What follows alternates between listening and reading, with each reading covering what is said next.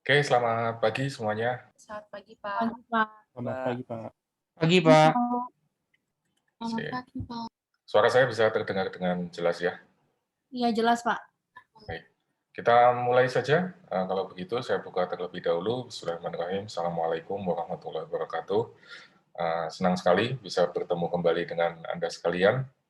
Dan ini adalah pertemuan kita yang pertama ya setelah libur Lebaran kemarin karena pekan lalu kebetulan pas tanggal merah.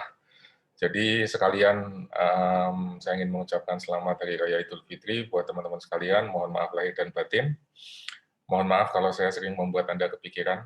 Maksudnya membuat banyak pikiran karena ada tugas, karena ada presentasi, dan lain sebagainya. Mudah-mudahan kita bisa mengawali pertemuan ini dengan baik dan seterusnya.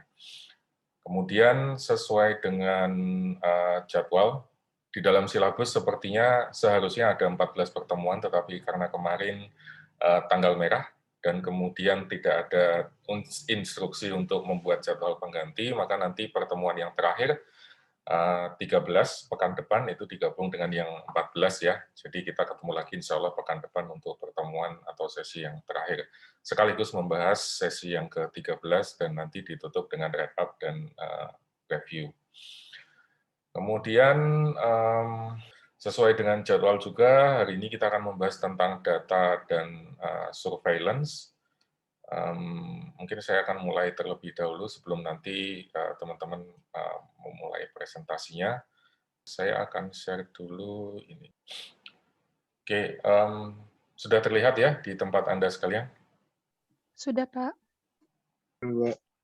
Baik, jadi ini adalah topik yang cukup menarik, tapi juga sekaligus sensitif begitu, karena ini menyangkut dengan di satu sisi kita berbicara tentang teknologi, tentang data, tentang media sosial dan lain sebagainya, tapi di sisi lain kita juga berbicara tentang privacy, tentang apa ya istilahnya semacam kerahasiaan, informasi pribadi dan lain sebagainya, dan benturan-benturan itu yang kemudian akan membuat ini menjadi masalah baru begitu. Nah sebelum kita masuk ke materi, mungkin saya mau minta Anda untuk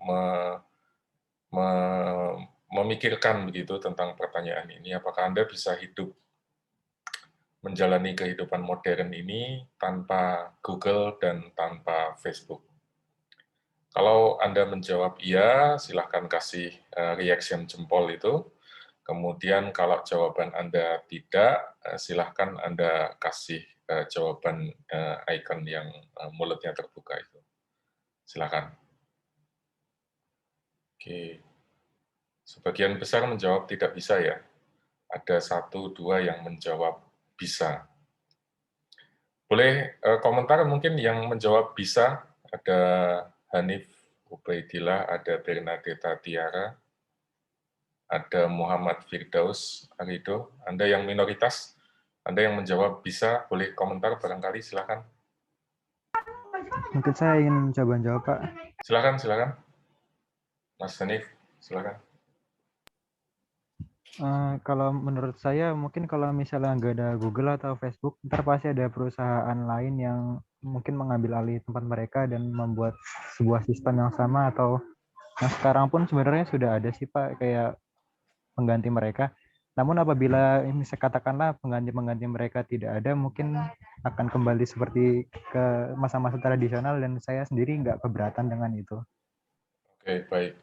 Jadi menurut Anda, kalau tidak ada Google, tidak ada Facebook, pasti ada perusahaan pesaing ya yang menawarkan jasa serupa begitu ya.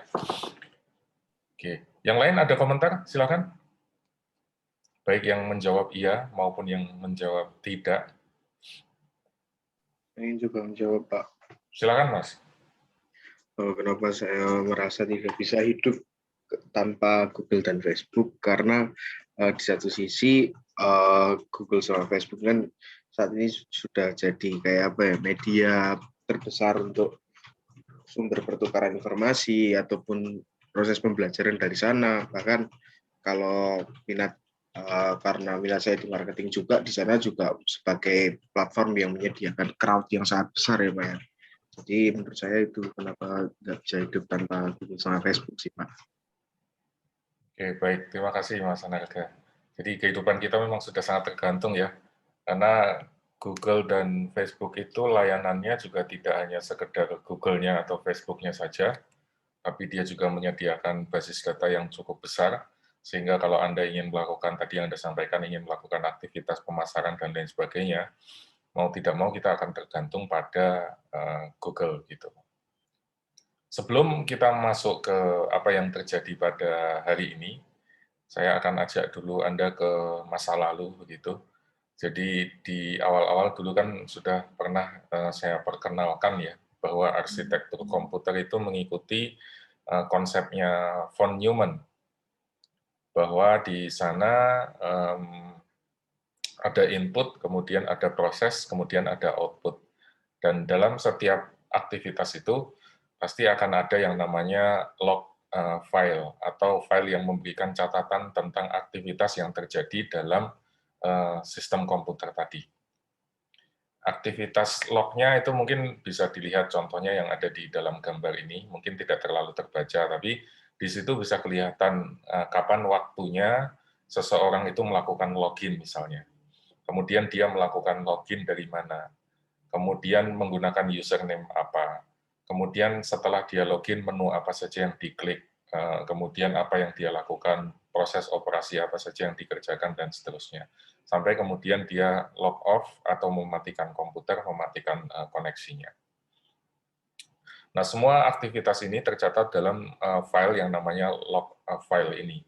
Log file ini ada di komputer apapun ya, jadi mau Anda pakai Windows, mau Anda pakai Mac, mau Anda pakai Linux atau apapun itu, semua pasti menyediakan log file ini, karena log file ini akan membantu ketika nanti terjadi misalnya ada masalah, tiba-tiba komputernya nge-hang gitu ya, tidak bisa dibuka dan lain sebagainya, kita bisa buka, kita bisa cek di dalam log filenya itu ada masalah apa, ada kerusakan apa, ada bugs seperti apa, dan seterusnya yang kemudian bisa kita laporkan untuk diperbaiki.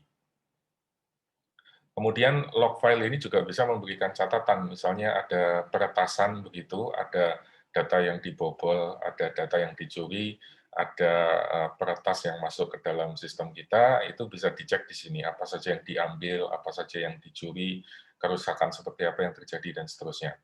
Walaupun sekarang juga para hacker atau peretas itu juga cukup pintar, karena log filenya juga nanti ikut dibersihkan. Gitu. Jadi seperti tidak menimbulkan jejak.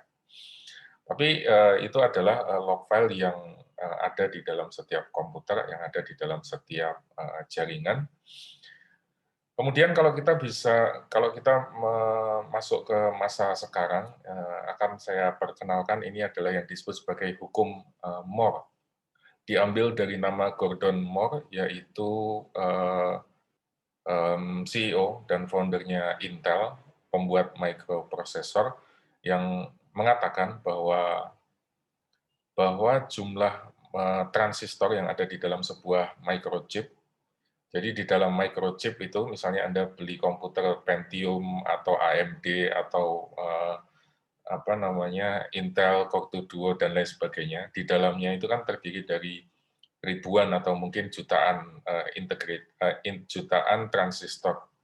Nah, semakin canggih sebuah sistem, maka akan semakin banyak transistor yang bisa dimasukkan ke dalam satu buah microchip. Akibatnya pemrosesannya bisa semakin cepat. Dan menurut beliau, ini kecepatan dari sebuah microchip itu akan meningkat 2 kali lipat selama 2 tahun. Jadi progresnya akan selalu naik secara signifikan, secara substansial. Dan di sini ditunjukkan dalam grafik, sejak pertama kali komputer muncul, microchip diperkenalkan pada tahun 1970-an, kemudian naik terus sampai mendekati saat ini, ada beberapa generasi komputer ya, dual core, quad core, dan lain sebagainya, di tahun 2014, 16, 18, sampai 2020, itu ternyata membuktikan bahwa hukum Moore itu memang benar adanya begitu, bahwa jumlah transistor di dalam sebuah microchip itu memang berlipat ganda selama 2 tahun, setiap 2 tahun, sehingga membuat kecepatan pemrosesan data itu menjadi jauh lebih cepat. Jadi sekarang mau ngapa-ngapain itu jauh lebih gampang, jauh lebih cepat. Dan di sisi lain, harga itu juga akan semakin turun ya. Jadi selain lebih cepat, harganya juga cenderung akan semakin lebih murah. Kemudian yang kedua, ini mirip sekali seperti itu yang main X-Men. Siapa? Michael Fassbender ya, wajahnya. Namanya adalah Mark Ryder. Mark Ryder ini adalah seorang peneliti begitu, bekerja untuk Seagate namanya, perusahaan pembuat disk drive, pembuat hard disk. Dia juga mengatakan hal yang serupa, bahwa kepadatan sebuah cakram itu, penyimpan data itu, cakram magnetik atau disk drive itu kepadatannya akan berlipat ganda setiap 13 bulan. Ini berarti bahwa kapasitas data, kapasitas memori yang bisa kita simpan itu akan semakin lama semakin besar. Kalau Anda ingat, ya dulu hard disk mungkin hanya 10 megabit atau 100 megabit, sekarang bisa menjadi 100 gigabit, bahkan sudah ada 1 terabit, dan seterusnya. Jadi semakin lama kapasitasnya semakin besar, dan sama juga harganya akan semakin murah. Dan yang menarik di sini bahwa beliau juga mengatakan bahwa yang perlu kita perhatikan adalah bukan sekedar bukan sekedar kapasitasnya yang semakin tinggi, tetapi bahwa dari peningkatan kapasitas tersebut, Mark Ryder ini mengatakan bahwa nanti akan ada perubahan yang terjadi dalam sebuah industri. Jadi mungkin akan diperkenalkan atau akan muncul sebuah industri baru. Dan ini sudah terbukti sekarang dengan munculnya industri cloud computing, ya, seperti kalau Anda menggunakan Dropbox misalnya, karena hard disk semakin murah, kemudian kapasitas penyimpanannya juga semakin besar, maka kita punya pilihan untuk memanfaatkan layanan-layanan semacam itu untuk keperluan penyimpanan data. Kemudian ini juga terbukti secara empiris bahwa biayanya semakin lama semakin turun, kemudian kapasitasnya juga semakin lama semakin tinggi, persis apa yang seperti tadi dikatakan oleh Mark Ryder. Nah, kemudian satu lagi adalah yang disebut sebagai hukum Nielsen atau Nielsen's Law.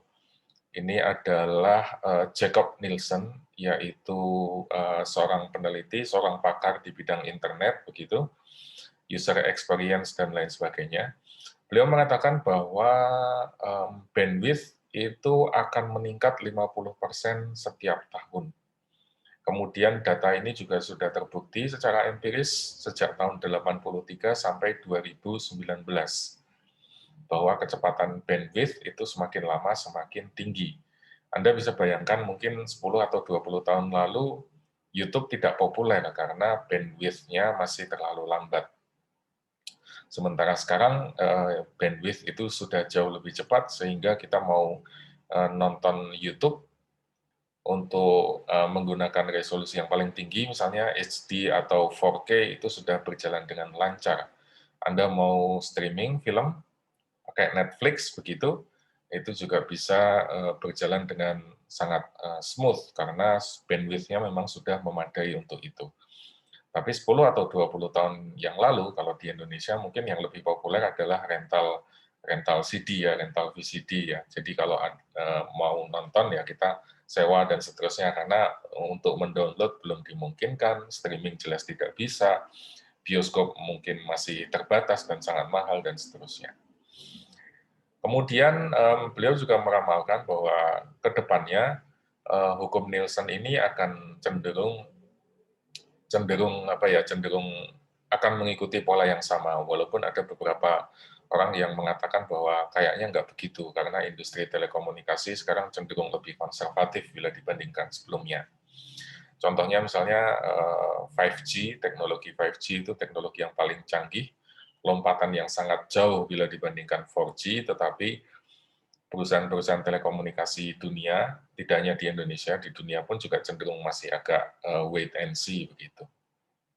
Dan ini juga tadi yang saya sampaikan sudah terbukti sejak 83 sampai 2019 kecepatan internet dalam ukuran bits per second itu memang meningkat dengan sangat signifikan.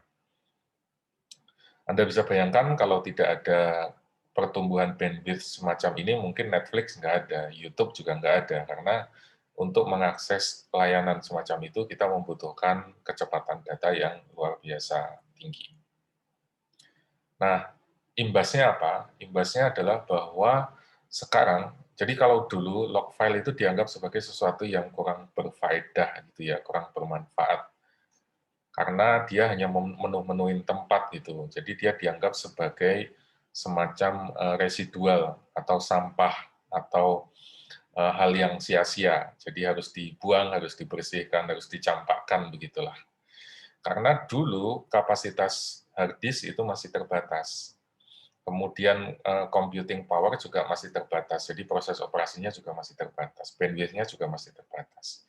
Tapi sekarang semuanya berbeda karena kecepatan komputer sudah semakin meningkat, kemudian kapasitas hard disk tadi sudah meningkat juga, seperti digambarkan oleh ini adalah hukum Moore, ini adalah hukum Grider, dan bandwidth juga meningkat drastis tadi yang digambarkan oleh hukum Nielsen.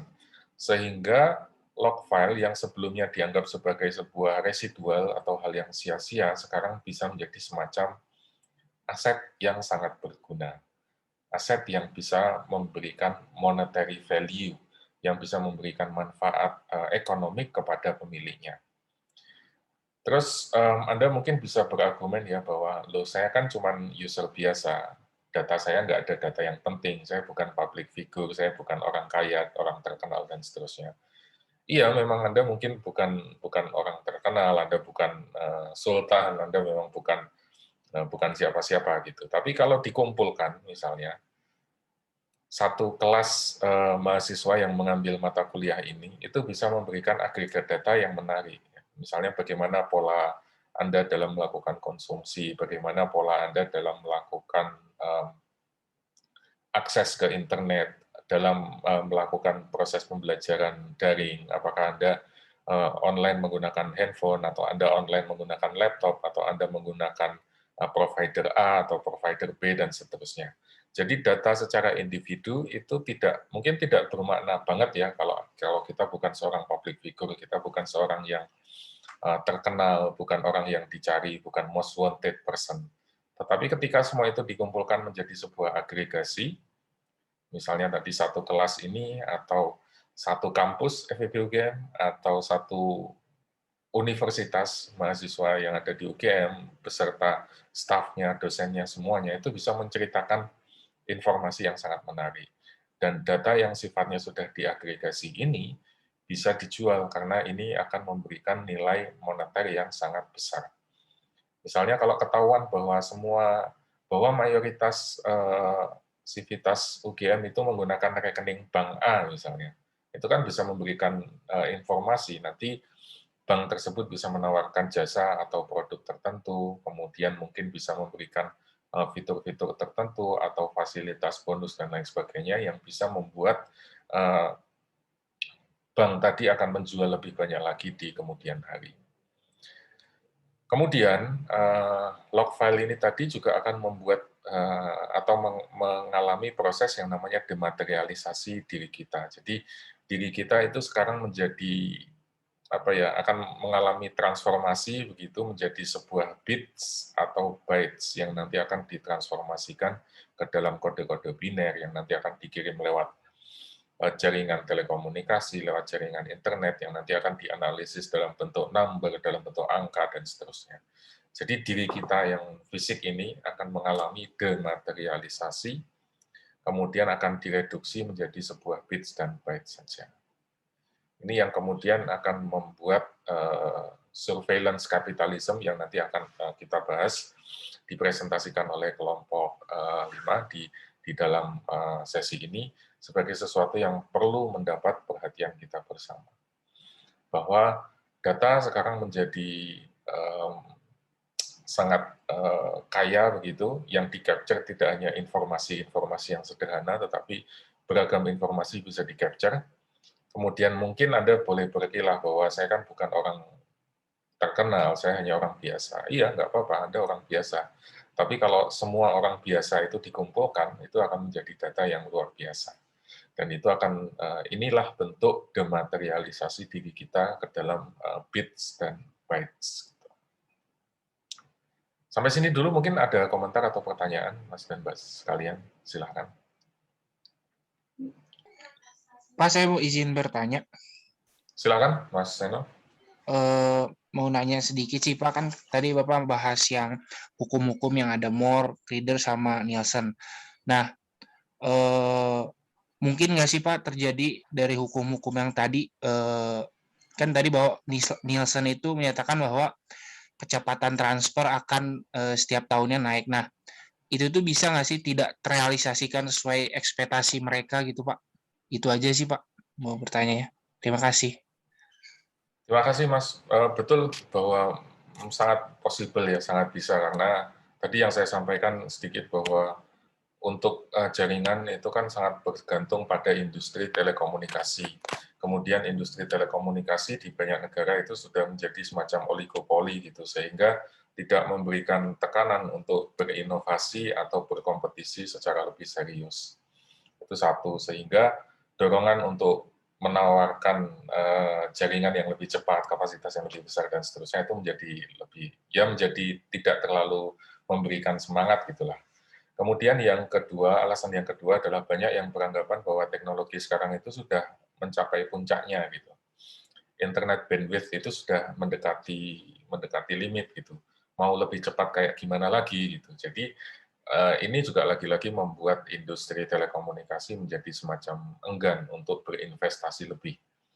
Jadi lebih baik mempertahankan apa yang sudah ada, terus kemudian menikmati captive market yang ada, karena ini sudah menjadi sesuatu yang profitable gitu. Buat apa berinovasi lebih lanjut lagi? Karena tadi yang pertama adalah struktur industrinya cenderung oligopoli, di banyak negara bahkan dikuasai oleh negara, BUMN, state-owned enterprise. Kemudian yang kedua, banyak juga yang beranggapan bahwa teknologi itu, bandwidth itu sudah mendekati limitnya. Jadi buat apa kita lebih cepat lagi, gitu, kayak kata Pak Menteri itu.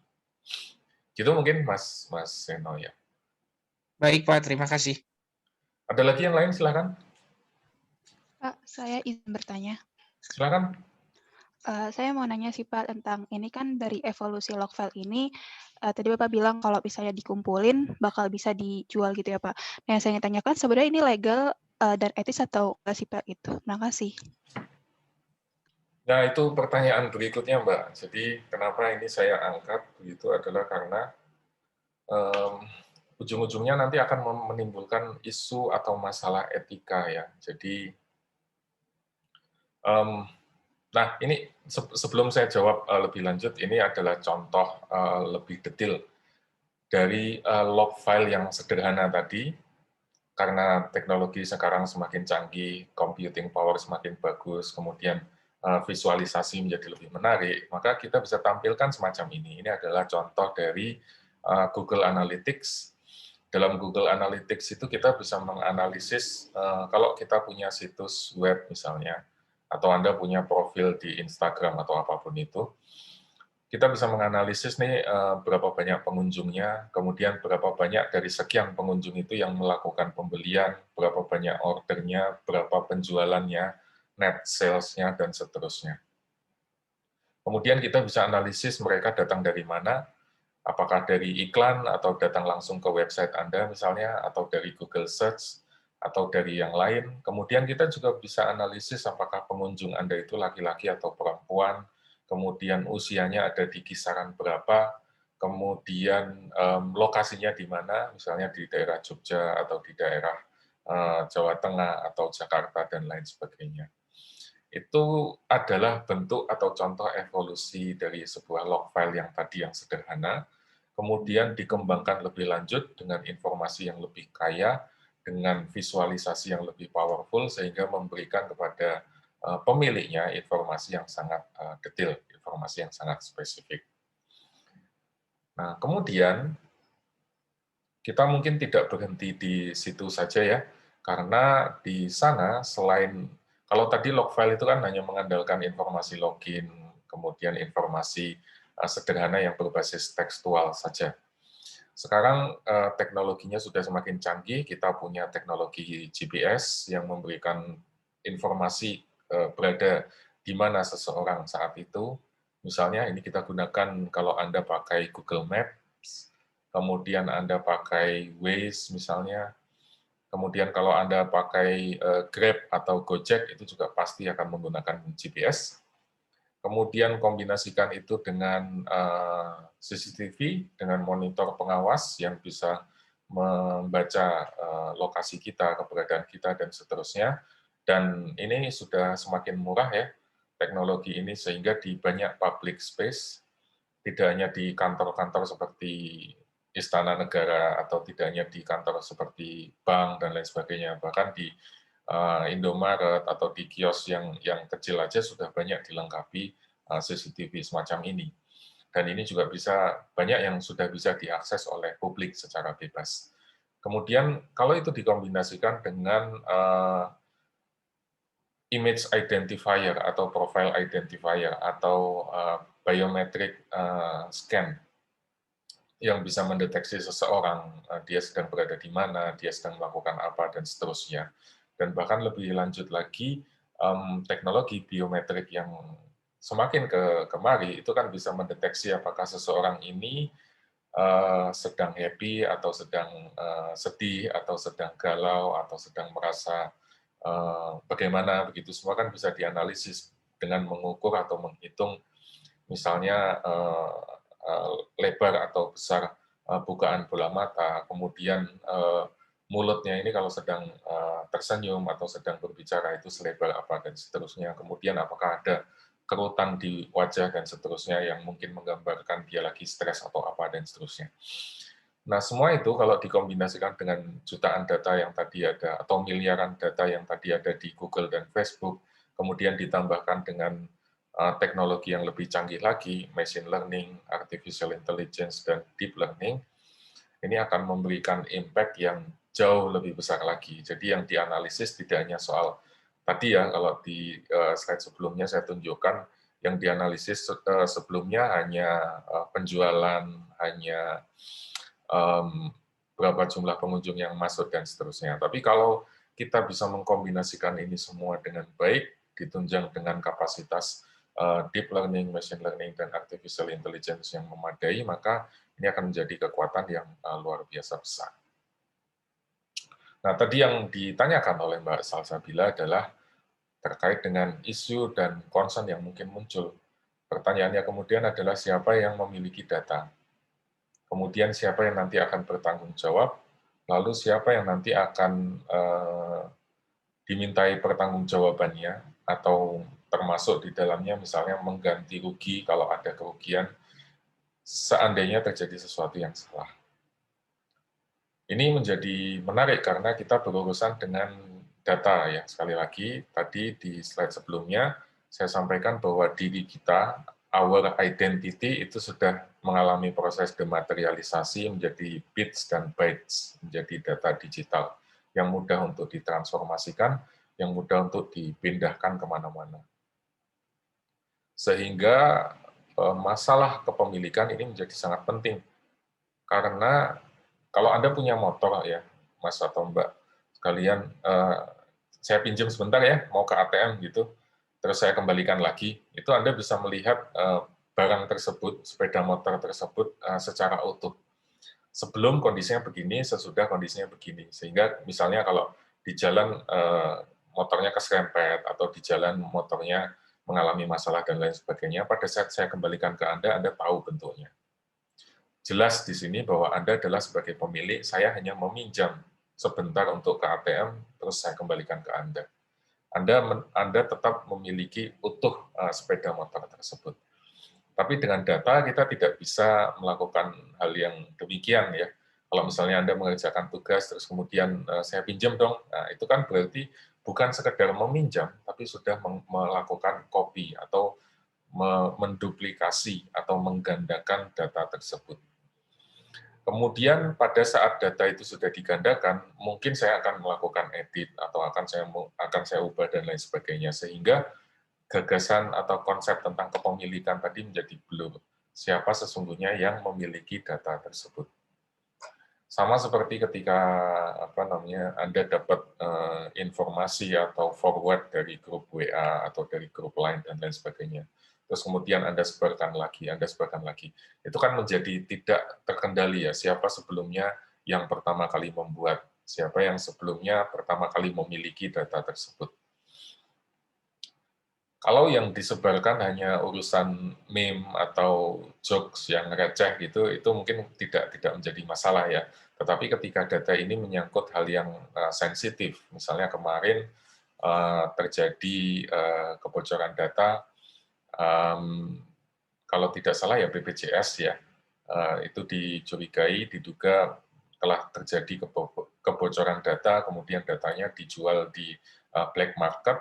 Itu kan menjadi pertanyaan, ini sebetulnya data milik siapa? Milik individu yang bersangkutan, atau milik negara, atau milik BPJS, atau milik Kementerian Dalam Negeri, atau milik siapa? Begitu. Itu kan menjadi pertanyaan. Dan kalau sudah sampai bobol, sampai bocor, sampai dijual di black market, nanti kemudian pemilik barunya ini siapa? Apakah pemilik baru dan pemilik lama itu sama-sama legitimate untuk memiliki data tersebut? Itu kan menjadi pertanyaan ya. Kemudian siapa yang bertanggung jawab? Ini bukan, kita nggak usah mikir jauh-jauh dulu tentang apakah data ini nanti bisa tadi ya seperti terjadi kebocoran atau apa begitu. Ini yang contoh sederhana saja, misalnya terjadi salah entry ya. Misalnya agama Anda Islam, tapi disebutnya agama Anda tertulis sebagai Buddha atau Hindu misalnya. Atau misalnya nama Anda itu jenis kelaminnya laki-laki, tapi ditulisnya sebagai perempuan. Atau nomor rumah misalnya ya, alamat rumah misalnya, nomor 13, tapi ditulisnya nomor 19 misalnya. Ketika terjadi kesalahan-kesalahan semacam itu, siapa yang bertanggung jawab? Ini baru masalah yang paling sepele ya. Belum nanti misalnya kalau di kampus itu ketika input data, ada kesalahan data, misalnya Anda harusnya dapat A, tapi ternyata yang di-input atau yang masuk ke dalam si master itu masuknya B atau C misalnya. Siapa yang harus bertanggung jawab? Apakah dosennya, atau mahasiswanya, atau dekanat, atau sistem informasi, atau bagian akademik, atau siapa begitu. Kemudian yang juga penting adalah siapa yang nanti akan bertanggung jawab kalau terjadi kerusakan atau kesalahan ya. Misalnya seperti tadi kasusnya BPJS. Kalau memang terjadi kebocoran, kemudian konsumen dirugikan, masyarakat dirugikan, siapa yang harus tanggung jawab? Itu juga menjadi pertanyaan yang perlu diselesaikan. Apalagi semakin kemari penyalahgunaan data itu semakin marak, kemudian pencurian data itu akan semakin terdengar. Tahun lalu Bukalapak, kemudian Tokopedia, kemudian juga Lion Air kalau tidak salah juga mengalami kebocoran data, sehingga jangan kaget kalau di kemudian hari masalah-masalah semacam ini akan semakin muncul. Nah, untuk itu penting memahami tentang identitas, konsep tentang identitas digital. Kalau identitas fisik ya tentu kita punya SIM atau kita punya paspor atau kita punya KTP begitu ya. Itu adalah identitas fisik kita. Tapi di dunia digital kita kan juga punya identitas. Anda punya nomor ID, Anda punya akun di SIMaster, Anda punya akun di media sosial, Anda mungkin punya akun di Gmail atau di manapun itu. Dan identitas digital itu kan harusnya dikelola dengan baik, dengan sedemikian rupa untuk menjamin di satu sisi Anda bisa mendapatkan layanan yang Anda memang berhak untuk itu. Misalnya Anda punya akun di SIMaster, kan berarti Anda berhak untuk mendapatkan layanan kemahasiswaan, layanan terkait aktivitas Anda sebagai seorang mahasiswa di UGM begitu. Tapi di sisi lain, Anda juga perlu dilindungi kan identitasnya. Nah, ini juga menjadi tantangan karena banyak otoritas atau lembaga yang menangani ini, mulai dari pemerintah, kemudian perusahaan-perusahaan swasta, sampai kemudian platform provider seperti tadi Google, Facebook, dan lain sebagainya. Di government tadi ada semacam NIK, nomor induk kependudukan, kemudian data BPJS yang tadi barusan saya ceritakan, itu semua adalah identitas digital yang dikelola oleh otoritas yang tersentralisasi. Kemudian ada korporasi seperti bank. Ya. Bank kan biasanya menanyakan kepada Anda alamat Anda, kemudian tanggal lahir, nama kandung, nama ibu kandung, kemudian nama gadis ibu kandung, maaf, kemudian alamat rumah, kemudian pekerjaan, sampai gaji, dan lain sebagainya. Kemudian platform provider, nah ini yang menjadi pertanyaan ya, karena mereka bisa mengumpulkan atau mendapatkan data dari manapun. Dari log file tadi kan bisa dikumpulkan banyak sekali informasi. Anda login dari mana, kapan Anda login, berapa lama Anda login, kemudian pada saat Anda login, Anda ngapain aja, nyari informasi tentang apa, belanja apa saja, di mana, kemudian Anda aksesnya pakai apa, pakai handphone apa, kemudian pakai laptop apa, pakai sistem operasi apa, dan seterusnya, itu semua bisa tercatat dengan sangat lengkap. Kemudian hal ini pasti akan menimbulkan vested interest atau benturan kepentingan, ya, karena di satu sisi yang namanya pemerintah itu ingin memastikan sosial kontrak, ya, kontrak sosial berjalan dengan baik. Seseorang yang memang haknya itu ya pasti akan mendapatkan itu. Kemudian sedapat mungkin tidak terjadi konflik, kemudian segala sesuatunya, sistem sosialnya bisa berjalan dengan teratur. Itu idealnya semacam itu. Tapi di sisi lain kita juga harus berhati-hati supaya tidak ada orang-orang yang oportunis, ya, yang berupaya untuk mengambil manfaat dari hal-hal semacam itu. Misalnya tadi Anda menjadi nasabah di sebuah bank, kemudian bank menjual data Anda ke perusahaan asuransi atau perusahaan lending atau kartu kredit, misalnya menjual layanan-layanan yang mungkin Anda nggak sesuai dengan yang Anda inginkan dan seterusnya. Itu kan juga menjadi pertanyaan, ya. Itu adalah contoh bagaimana di satu sisi bank tadi ingin mendapatkan data Anda supaya Anda memang nasabah yang eligible, bahwa ini memang uang Anda, tapi di sisi lain kita juga harus berhati-hati karena bisa jadi nanti bank tadi akan menjual data Anda atau memberikannya kepada pihak ketiga dengan tanpa konsen dari Anda, tanpa persetujuan dari Anda. Ini yang perlu mendapat perhatian. Nah, ini Anda bisa baca sebentar, ini diambil dari majalah Guardian, majalah yang surat kabar yang cukup terkenal di Inggris. Intinya adalah menceritakan bahwa Google Earth itu dulunya itu dibuat sebagai sebuah alat yang memang ditujukan untuk spy atau untuk melakukan aktivitas mata-mata gitu ya, intelijen ke kita. Tulisannya agak panjang, tetapi saya ambil summary-nya. Cukup panjang, tapi menarik. Ini seperti membaca sebuah novel gitu. Jadi pertama-tama di tahun 2003 ada sebuah perusahaan namanya Keyhole yang membuat aplikasi game dengan cara memvisualisasikan bumi ini dengan realitanya, ya. Misalnya kalau Anda ke Paris ya pasti akan ketemu Menara Eiffel, Anda ke London Anda akan ketemu Big Ben, Anda ke misalnya Anda ke Mesir Anda juga akan ketemu piramida dan seterusnya. Jadi benar-benar game yang memberikan visualisasi konkret tentang dunia yang ada saat ini. Sehingga pemainnya seolah-olah akan menjalani atau mengikuti seperti apa yang terjadi di dunia nyata. Ini adalah aplikasi yang sangat menarik, cuman dia datangnya di waktu yang tidak tepat begitu, sehingga Keyhole ini mengalami kesulitan keuangan. Karena kalau Anda masih ingat 99 itu kan terjadi .com bubble, ya, perusahaan-perusahaan berbasis internet kan semuanya berjatuhan, rontok semua. Sehingga di masa itu untuk mendapatkan pendanaan itu menjadi semakin sulit. Tetapi kemudian Keyhole cukup beruntung karena dia bisa mendapatkan pendanaan dari entitas yang kita tidak duga, yaitu adalah CIA. Kenapa CIA bisa masuk? Karena CIA pada masa itu membuat QTEL, atau sebuah semacam QTEL ini adalah semacam venture capital, pendanaan begitu ya, yang nantinya digunakan untuk mendanai startup khusus yang bidang usahanya bisa mewakili kepentingan intelijen atau kepentingan agensi di masa itu. Jadi Anda bisa bayangkan kalau Anda nonton filmnya Bourne misalnya ya, Jason Bourne itu di situ diceritakan di salah satu episodenya kan diceritakan tentang ada sebuah startup namanya Deep Dream kalau tidak salah ya, yang bisa masuk ke dalam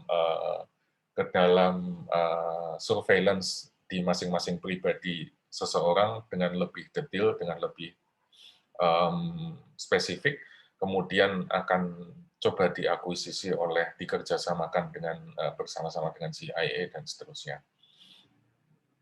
Kemudian tidak diketahui, sayangnya tidak diketahui jumlah yang pasti yang dimasukkan ke dalam keyhole. Yang jelas keyhole survive. Kemudian di bawah CIA nanti dikerjasamakan dengan NGA atau National Geospatial Intelligence Agency. Dan NGA ini adalah perusahaan yang cukup besar ya, karena budgetnya aja sampai 5 miliar setiap tahunnya. Dan tujuannya adalah untuk memberikan layanan intelijen berbasis satelit kepada CIA dan kepada Pentagon. Lalu di tahun 2004, pada tahun yang sama ketika Google go public, Google membeli Keyhole. Kemudian Google tadi mengubah Keyhole menjadi yang sebelumnya aplikasi intelijen tadi, diubah, di rebranding menjadi Google Earth. Nah, ceritanya cukup menarik karena di satu sisi ini menunjukkan bahwa pada dasarnya aplikasi ini dari awal memang ditujukan untuk melakukan surveillance, dilakukan untuk spy on us ya, untuk memata-matai kita. Jadi kalau Anda lihat, mungkin kalau Anda sering jalan-jalan di Jogja aja, di jalan-jalan besar itu sering, mungkin Anda akan cukup beruntung sering menjumpai mobil yang di atasnya ada dilengkapi dengan kamera, terus kemudian dia bisa berjalan-jalan mengambil gambar di beberapa jalan-jalan besar, jalan-jalan protokol dan seterusnya. Tentu tidak semuanya bisa dilalui ya, karena kadang-kadang seperti kalau Anda masuk ke kompleks Angkatan Udara di Adi Sucipto ke belakang itu juga nggak akan ketemu visualisasi Google Earth-nya. Tapi kalau ke Malioboro, Anda bisa kelihatan nih, Malioboro Mall ada di mana, kemudian toko sebelah kanan kirinya semua kelihatan. Begitu juga kalau di Jakarta, misalnya di Halim, itu kompleks Angkatan Udaranya, nggak ada visualisasinya di sana, karena memang kendaraannya tidak boleh masuk ke dalam sana. Tapi apapun itu adalah salah satu bentuk bagaimana surveillance atau spy itu memang ada dan sungguh-sungguh real begitu. Dan ini juga nampaknya dimanfaatkan oleh perusahaan-perusahaan platform besar. Contoh yang juga terkenal adalah Pokemon Go yang menjadi hype ya beberapa tahun yang lalu. Ini dianggap sebagai sebuah aplikasi yang awalnya harmless ya, karena ya ini kan aplikasi yang menarik karena kita bisa sambil jalan-jalan, sambil berolahraga, sambil jogging misalnya, sambil membakar kalori, tapi juga bisa menangkap Pokemon yang ada di sana. Terus kemudian ini adalah dianggap sebagai aplikasi yang cute, aplikasi yang fun, tetapi perlu dicatat bahwa ternyata di sana memang ada aktivitas surveillance, yaitu mengambil atau memeriksa behavior seseorang. Kemudian di banyak penelitian disebutkan bahwa Pokemon Go ini memang sengaja memasukkan kita ke dalam, misalnya ada yang harus ditangkap. Kemudian objek tersebut sengaja diletakkan di dalam Starbucks misalnya, atau sengaja diletakkan di dalam sebuah mall. Kenapa ini dilakukan? Karena tentu saja ingin mengubah perilaku, mempengaruhi perilaku kita, supaya penggunanya nanti sambil nunggu nangkep Pokemon di Starbucks, saya sambil beli kopi matcha latte atau apa begitu ya. Jadi memang sengaja dibuat untuk mempengaruhi behavior kita, dan ini adalah salah satu cara yang bisa dilakukan untuk selain tadi mengubah perilaku, mengumpulkan informasi yang banyak, kemudian memprediksi apa yang akan dilakukan oleh seseorang dalam jangka panjang, sehingga perusahaan itu bisa mengambil profit yang besar. Ini mirip seperti lab eksperimen ya. Kalau kami peneliti akademisi itu biasanya melakukan survei, melakukan studi eksperimen, memasukkan misalnya ada 20 atau 30 mahasiswa yang menjadi objek studi. Semua akan ditempatkan di dalam sebuah lab, misalnya di ruang kelas, kemudian diminta untuk melakukan sesuatu. Kalau nanti Anda melakukan ini atau membuat report ini, misalnya nanti diberikan insentif sekian rupiah. Tapi kalau nanti Anda memilih untuk tidak melakukan ini, Anda akan diberi insentif apa, dan seterusnya. Itu adalah eksperimen yang biasa kami lakukan, para akademisi lakukan untuk keperluan sains, untuk keperluan publikasi, dan seterusnya. Tapi yang mereka lakukan, yang platform-platform besar lakukan ini adalah eksperimen di dunia nyata dengan data yang real, dilakukan secara real time, lalu sampelnya masif sekali, karena yang menggunakan Pokemon Go ini kan begitu banyak. Ya. Nah, makanya menjadi penting, di sini saya ingin perkenalkan ke Anda sekalian konsep yang namanya self-sovereign identity. Ini sudah diberlakukan di Eropa, sudah membicarakan tentang ini, mereka sudah mendiskusikan tentang personal identity framework untuk menegaskan bahwa identitas kita itu pada dasarnya adalah milik kita. Kemudian ketika kita bicara tentang identitas, itu berarti kita bicara secara ideologi. Yang pertama, secara ideologi bahwa identitas seseorang itu adalah hak milik seseorang, otoritas milik seseorang, kemudian itu harga diri seseorang, karena identitas itu kan menyangkut apapun dia. Kalau saya cemarkan nama baik Anda, saya kasih Anda black campaign, itu kan dignity Anda akan hancur. Padahal itu adalah identitas Anda. Tapi di sisi lain, karena kita berurusan dengan teknologi digital, maka ini adalah sebuah arsitektur baru yang nantinya perlu disiapkan dan didesain dengan baik begitu. Dan self-sovereign identity ini pada dasarnya sejalan dengan konsep Universal Declaration of Human Rights dari PBB. Jadi sebetulnya, kalau ini boleh mengklaim ya, bahwa ketika terjadi pelanggaran data, data kita bocor, kemudian data yang di BPJS itu memang terjadi karena kesalahan BPJS misalnya. Maka apa yang dilakukan oleh BPJS, dan di dalamnya ada data kita, data Anda, data saya, dan seterusnya, maka apa yang dilakukan oleh BPJS pada dasarnya sudah melanggar Universal Declaration of Human Rights, karena identitas kita yang seharusnya dijaga, dilindungi, dan lain sebagainya, ternyata tidak dijaga dengan baik dan tidak dipelihara dengan seksama. Nah, seperti yang tadi saya sampaikan, gerakan untuk mengembalikan sovereignty ini, kemerdekaan, kedaulatan atas data yang kita miliki itu sebetulnya sudah marak ya. Utamanya di Eropa, kemudian di Amerika juga sudah terjadi beberapa kali summit, semacam workshop, pertemuan besar begitu, untuk mendorong adanya digital identity menjadi agenda penting di PBB, di United Nations. Kemudian di sini kita intinya adalah bahwa kita ingin merenegosiasikan kembali bahwa data itu milik kita. Data saya ya milik saya, data Anda ya milik Anda. Kemudian data itu punya nilai, punya value, economic value, monetary value, dan tadi yang mewakili ideologi, mewakili identitas, mewakili dignity, harga diri Anda, dan seterusnya. Ini yang juga penting. Kadang-kadang, bukan kadang-kadang, tapi sering ya, seringkali yang dibutuhkan itu sebetulnya bukan informasi lengkap tentang siapa diri Anda, siapa diri saya, tetapi apakah Anda punya hak untuk melakukan sesuatu atau tidak. Sebagai contoh, Anda mau ke bioskop ya.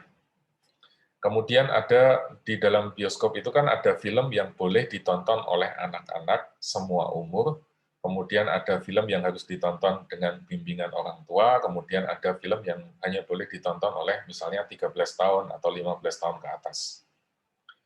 Anggaplah Anda sekarang kuliah, usia Anda mungkin 20, 19, dan seterusnya ya. Tapi karena Anda masih kelihatan imut begitu, mungkin dianggap masih anak kecil. Kemudian satpamnya akan ngecek, minta Anda untuk menunjukkan identitas, kartu pelajar atau KTP. Satpam tersebut itu tidak perlu tahu siapa nama Anda, tidak perlu tahu Anda punya alamat tinggal di mana, siapa nama orang tua Anda, dan seterusnya. Yang Satpam itu harus tahu adalah bahwa Anda boleh nonton film ini atau enggak, titik. Dia nggak perlu tahu Anda namanya siapa, Anda tinggal di mana, Anda lahir kapan, dan seterusnya. Itu bukan informasi yang relevan. Sama juga seperti misalnya kalau kita bicara di dalam konteks digital, Anda pakai Gojek atau Anda pakai Grab. Mereka kan tidak perlu tahu, ya, driver itu kan tidak perlu tahu nomor telepon Anda, tidak perlu tahu nama lengkap Anda, dan seterusnya. Karena dulu pernah terjadi, driver itu bisa mengetahui nomor telepon pribadi Anda, terus kemudian karena Anda menari, Anda kayaknya cakep, dan seterusnya, kemudian dideketin, terus kemudian dijabri, dan seterusnya.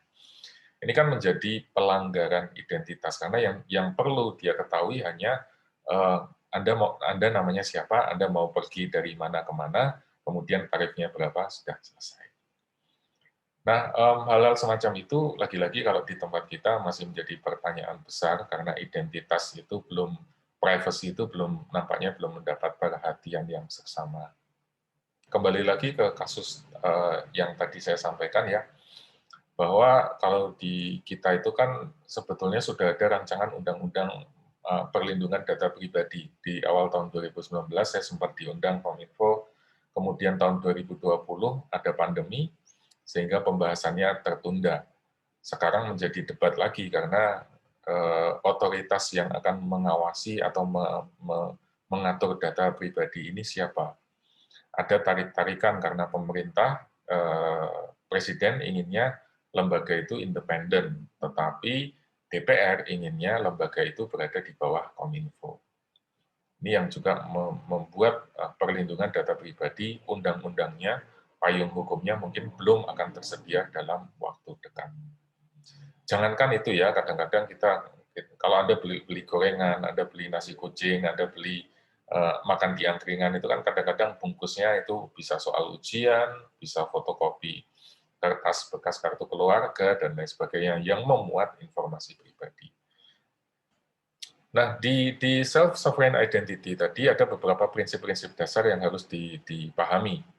Yang pertama adalah tentang eksistensi, bahwa seseorang itu eksis tidak hanya di dunia digital, tapi juga di dunia fisik. Jadi apa yang saya lakukan di dunia maya, juga pasti akan ada kaitannya dengan apa yang saya lakukan di dunia nyata. Gitu.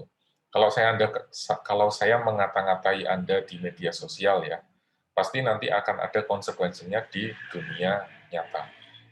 Kemudian ada kontrol, bahwa kita harus punya kendali atas identitas kita sendiri. Kalau saya ingin menjaga diri saya tetap low profile, ya saya boleh untuk itu. Tapi kalau saya ingin show off, saya ingin pansos, ya, panjat sosial gitu, ya nggak apa-apa. Tapi masing-masing punya kendali. Saya punya kendali untuk menjadi show off, atau saya ingin menjadi orang biasa yang berada di bawah permukaan. Gitu, ya. Kemudian kita harus bisa mengakses data kita sendiri, kita harus bisa melihat data kita sendiri, semua itu harus transparan, kemudian identitas itu harus persisten, harus tetap ada kapan saja. Misalnya saya sudah dewasa begitu, tetapi saya ingin mengakses data saya pada saat saya masih TK atau pada saat saya masih SD, harusnya data itu masih tersedia. Kemudian data juga harus portable, kemudian interoperability, bisa digunakan cross-border. Ini juga menjadi tantangan, ya, Mas dan Mbak sekalian, karena katanya NIK kita sudah terintegrasi, tapi nanti pada saat Anda mau mengurus ke kecamatan atau ke kelurahan, gitu, Anda tetap diminta untuk mengisi form secara manual. Nanti harus diminta untuk fotokopi lagi, isi belangko lagi, kemudian harus minta cap lagi, dan seterusnya. Padahal katanya sudah interoperability. Lalu yang juga penting adalah consent. Jadi pada saat data itu akan diberikan kepada pihak lain, Anda harus punya consent, Anda yang pegang hak. Data ini boleh diberikan ke orang lain atau tidak. data ini boleh diberikan ke orang lain sebatas apa, mana yang boleh, mana yang tidak, dan seterusnya. Kemudian minimization, sedapat mungkin data yang diberikan itu sedikit mungkin ya yang dibuka. Seperti tadi contohnya misalnya Anda mau, ini contoh jelek ya, misalnya Anda mau mabuk-mabukan gitu ya, mau beli minuman beralkohol, jangan ditiru. Pasti kan akan ditanya ya, KTP Anda mana gitu. Anda mau masuk ke bar misalnya, Anda pasti mau dilihat dulu, kalau tampang Anda masih culun-culun begini kan pasti akan ditanyai, apalagi masih tengok-tengok kayak nggak tahu mau kemana, pasti ditanyai kan. Nah, sekali lagi menggunakan contoh ini, identitas Anda harus sesedikit mungkin dibuka. Mereka tidak perlu tahu nama Anda siapa, tanggal lahir Anda berapa, Anda dilahirkan di mana, kemudian orang tua Anda siapa, agama Anda apa, dan seterusnya. Yang mereka perlu tahu adalah apakah anak ini berhak atau tidak berhak. Anak ini boleh masuk ke bar atau tidak. Anak ini boleh beli minuman alkohol atau tidak. Anak ini boleh masuk bioskop atau tidak, atau harus disupervisi orang tuanya, dan seterusnya. Sesedikit mungkin informasi yang dikeluarkan. Karena kalau terlalu banyak, ya, sekali lagi kan risiko terjadi penyalahgunaan dan lain sebagainya itu semakin besar. Kemudian yang paling penting adalah protection, bahwa siapapun datanya harus dilindungi, kalau terjadi kebocoran dan lain sebagainya, harus ada pihak yang bertanggung jawab untuk itu. Nah, dan terakhir adalah, tadi kembali ke pertanyaannya Mbak Salsabila ya, ini adalah isu yang masih terus berkembang, dan kalau diminta untuk memberikan jawaban yang final, itu juga rasanya saya nggak bisa. Tapi beberapa hal yang bisa kita ambil di sini adalah bahwa kita mungkin bisa mempercayai pemerintah saat ini ya, tapi kita tidak tahu apa yang akan terjadi di kemudian hari. Misalnya kemarin data BPJS bocor, kemudian sebelumnya data penyintas COVID bocor, kemudian data KPU bocor. Nanti apa lagi data yang akan bocor di kemudian hari. Kemudian di sisi lain, kalaupun nanti kita bisa membuat sebuah sistem yang tersentralisasi, menggunakan blockchain yang canggih, yang terlindungi, dan lain sebagainya, itu juga ada risiko terjadi good and evil ya. Jadi di satu sisi mungkin itu bisa menjadi solusi, melindungi data kita dan seterusnya, tapi di sisi lain kalau misalnya nanti terjadi peretasan atau ada oknum-oknum yang tidak bertanggung jawab, maka potensi untuk terjadi kerugian, kebocoran data juga sama besarnya. Jadi inilah kenapa kita harus memperhatikan soal data. Mungkin bangsa kita, lingkungan kita, kultur kita belum terbiasa untuk ini, tapi mari pelan-pelan kita mulai lebih aware dengan, paling nggak dengan data pribadi kita sendiri. Karena walaupun Anda orang biasa, walaupun Anda bukan siapa-siapa, tetapi ketika data itu diagregasi, akan memberikan keuntungan yang luar biasa buat para platform atau buat para organisasi tadi. Iya kalau Anda ketiban profitnya, kalau Anda nggak dibagi profitnya kan repot ya. Harusnya kalau data Anda dimanfaatkan untuk kepentingan moneter kan Anda juga ikut dapat bagian gitu atas profit tersebut. Sebagaimana halnya kalau Anda punya motor, saya pinjam untuk jualan misalnya ya, jualan di San Mori gitu, terus kemudian saya kembalikan, karena aktivitas tersebut adalah untuk aktivitas profit, maka seharusnya sebagian keuntungannya saya berikan ke Anda, karena Anda yang punya sepeda motor. Demikian juga dengan data. Data ini adalah milik Anda, aset Anda, kemudian ketika data itu dimanfaatkan oleh orang lain, apalagi tanpa konsen Anda, apalagi dimanfaatkan untuk profit, maka harusnya ada imbal balik yang diberikan ke Anda. Itu mungkin yang bisa saya sampaikan, Mas dan Mbak sekalian. Kalau ada pertanyaan atau komentar, silakan. Saya ingin bertanya, Pak. Silakan, Mas Hanif. Iya. Jadi kan tadi yang pertama-tama itu kan dikasih tahu ya ada beberapa kumpulan yang bisa mengambil data. Ada salah satunya itu kan ada government, terus ada corporation sama platform provider.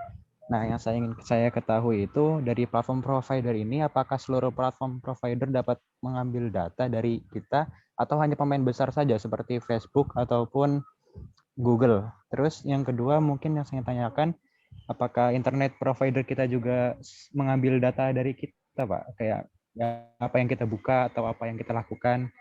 Saya penasaran. Iya Mas, jadi sebetulnya siapapun bisa mengambil data itu ya. Bahkan kalau di adminnya si master juga bisa mengambil data kapan Anda login dari mana, posisinya, IP address-nya kan ketahuan semuanya ya.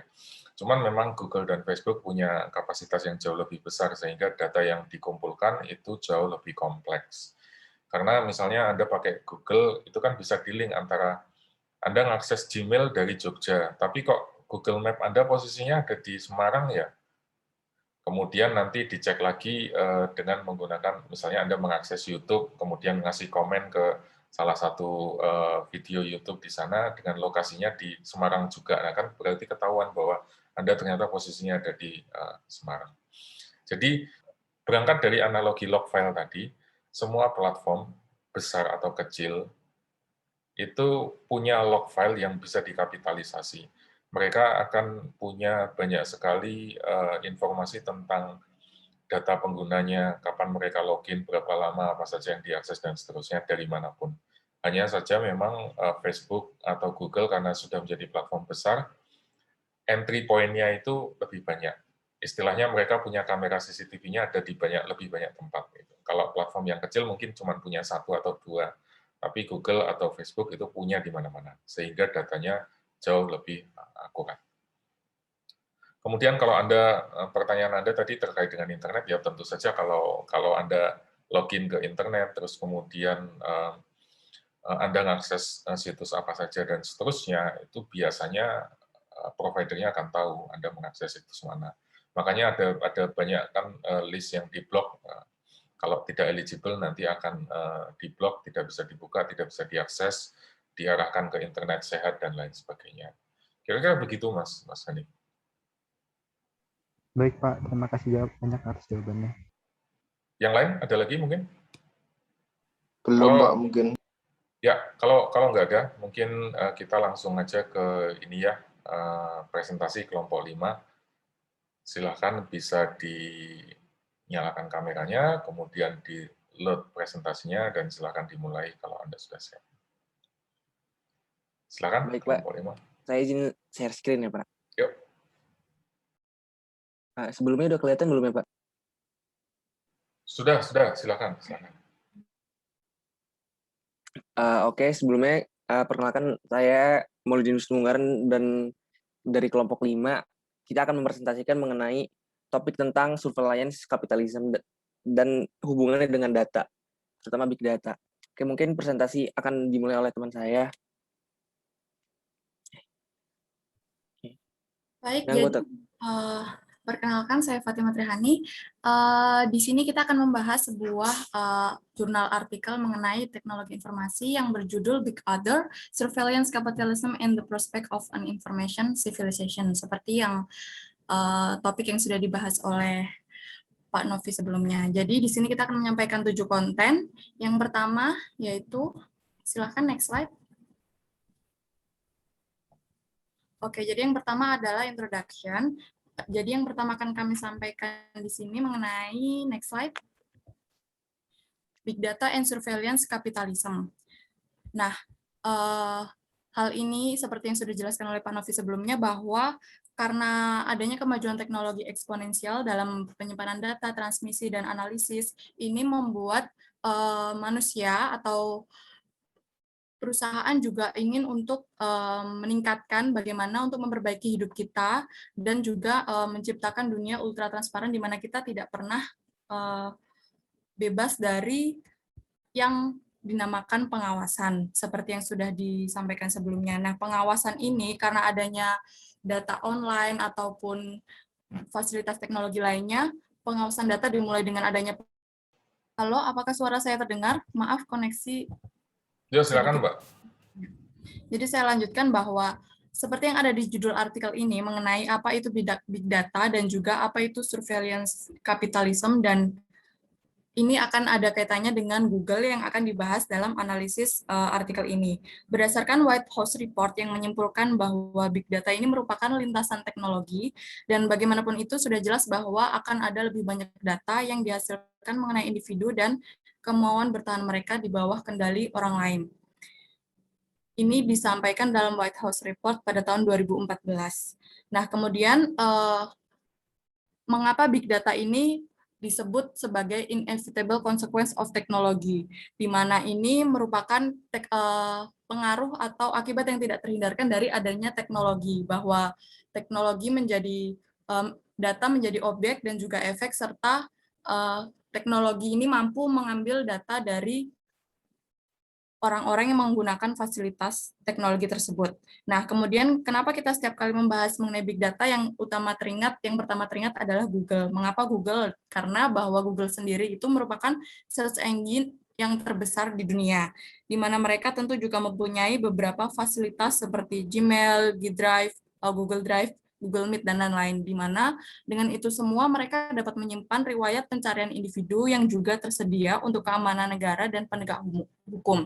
Jadi dalam hal ini, penggunaan fasilitas teknologi informasi tersebut seperti Google sebagai search engine jelas otomatis memberikan data diri kita yang kita anggap sebagai privasi, dan Google memiliki hampir semua data diri dari orang-orang di dunia yang memakai fasilitasnya.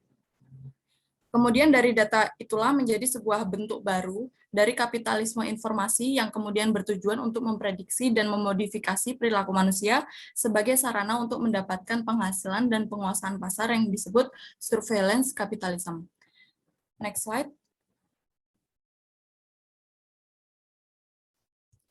Kemudian yang kedua adalah mengenai computer mediation meets logic accumulation. Jadi mengenai mediasi komputer yang bertemu dengan logika dari akumulasi informasi, apa itu dan bagaimana itu. Next slide. Informasi teknologi memiliki dua karakter, yaitu automate and informate, yaitu bersifat memberikan, mengotomatisasikan dan memberikan informasi atau menginformasikan. Hal itu yang menjadikan informasi teknologi berkaitan erat dengan computer mediated work, pekerjaan yang bermediasikan komputer, yang mengembangkan kodifikasi organisasional yang kemudian menghasilkan tekstualisasi yang bersifat komprehensif dari lingkungan kerja yang disebut dengan teks elektronik. Kemudian di mana selanjutnya dari teks tersebut menghasilkan proses learning atau pembelajaran. Dalam dunia bisnis atau organisasi, hal tekstualisasi yang menjadi learning itu terrefleksikan dalam bentuk seperti administratif proses, customer interface, dan untuk mengungkap bagaimana perilaku manusia dan juga konsumen. Kemudian dunia dan era ini terus berkembang, sehingga kemudian muncul dari tekstualisasi itu menjadi real-time based information yang sekarang semakin dekat dan berguna dengan kita dalam pekerjaan, baik untuk karyawan maupun perusahaan. Mulai dari untuk employment monitoring, distribution, supply chain, dan lain-lain. Next slide. Kemudian yang ketiga akan disampaikan oleh rekan saya. Selanjutnya, dalam penulis menjelaskan satu persatu apakah itu big data. Menurutnya, big data itu terdiri dari data, extraction, dan analisis. Yang hal ini dikarenakan masing-masing ini menyampaikan wawasan ke dalam logika akumulasi yang baru. Jadi yang pertama adalah data. Data adalah sekumpulan informasi atau keterangan dari suatu hal yang diperoleh dengan proses pengamatan dan pencarian dari beberapa sumber terkait. Jadi dari sekumpulan data ini maka menjadikan big data. Jadi big data ini kumpulan dari proses yang terdiri dari volume data dalam jumlah yang besar, yang terstruktur maupun tidak terstruktur, yang berguna untuk membantu dalam kegiatan bisnis. Dalam big data ini mencakup tiga V. Yang pertama tuh volume. Volume itu ukuran data yang dimiliki oleh big data memiliki kapasitas yang lebih besar. V yang kedua adalah velocity, yaitu big data memiliki kecepatan yang memungkinkan untuk dapat diterima secara langsung atau secara real time. Yang ketiga adalah variety. Variety ini jenis variasi dari data yang dimiliki oleh big data ini lebih banyak daripada menggunakan sistem database SQL. Next.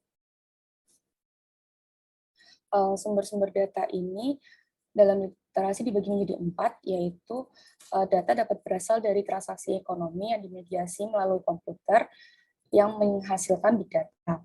Yang kedua, data juga bisa berasal dari miliaran sensor yang disematkan pada objek tertentu. Yang ketiga, Data juga dapat berasal dari database perusahaan, pemerintah, perbankan, farmasi, dan lain-lain. Yang keempat, data juga dapat berasal dari kamera pengawas yang berasal dari smartphone hingga satelit, yaitu seperti produk dari Google, Google Street View, atau Google Earth. Next. Jadi kan Google saat ini menjadi perusahaan big data yang terbesar dan sukses karena situs web yang paling banyak dikunjungi. Oleh karena itu, penulis juga ingin menganalisis tentang produk-produk yang dikeluarkan oleh Google yang menggunakan big data. Contohnya seperti Google Street View ini.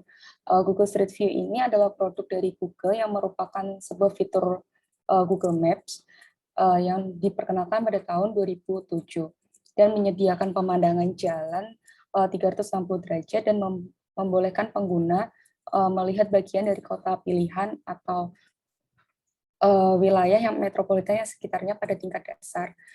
Nah, namun produk ini itu sempat menghadapi tantangan di seluruh dunia karena terkait dengan pengambilan data yang tanpa sepengetahuan warga negaranya, terutama pada otoritas Jerman. Hal ini dikarenakan mobil dari Street View untuk mengambil data ini mengambil data jaringan Wi-Fi pribadi dari warga Jerman. Jadi Jerman menggugat Google di Electronic Privacy Information Center atau EPIC, yang mana disimpulkan bahwa Google ini mengumpulkan data yang ilegal atau tidak sah, yang mana juga menggunakan Wi-Fi pribadi perumahan serta menggunakan internet dari warga sekitar dan tidak memiliki izin untuk memotret atau merekam rumah-rumah yang dilewati oleh mobil Street View. Nah, di pengadilan ini juga dijelaskan bahwa Google dengan sengaja mencegah data muatan untuk tujuan bisnis dan banyak data yang terekam. Jadi, oleh karena gugatan itu, Google juga harus membayar sebesar $7 juta dan adanya penutupan akses Street View di Eropa dan Amerika Serikat. Next. Namun, universalitas dari mediasi komputer ini telah terjadi peningkatan dalam permintaan. Kebutuhan individu ini mendorong komparpenetrasi internet yang dipercepat. Jadi pada tahun 2010, browser web Mosaic ini dirilis ke publik.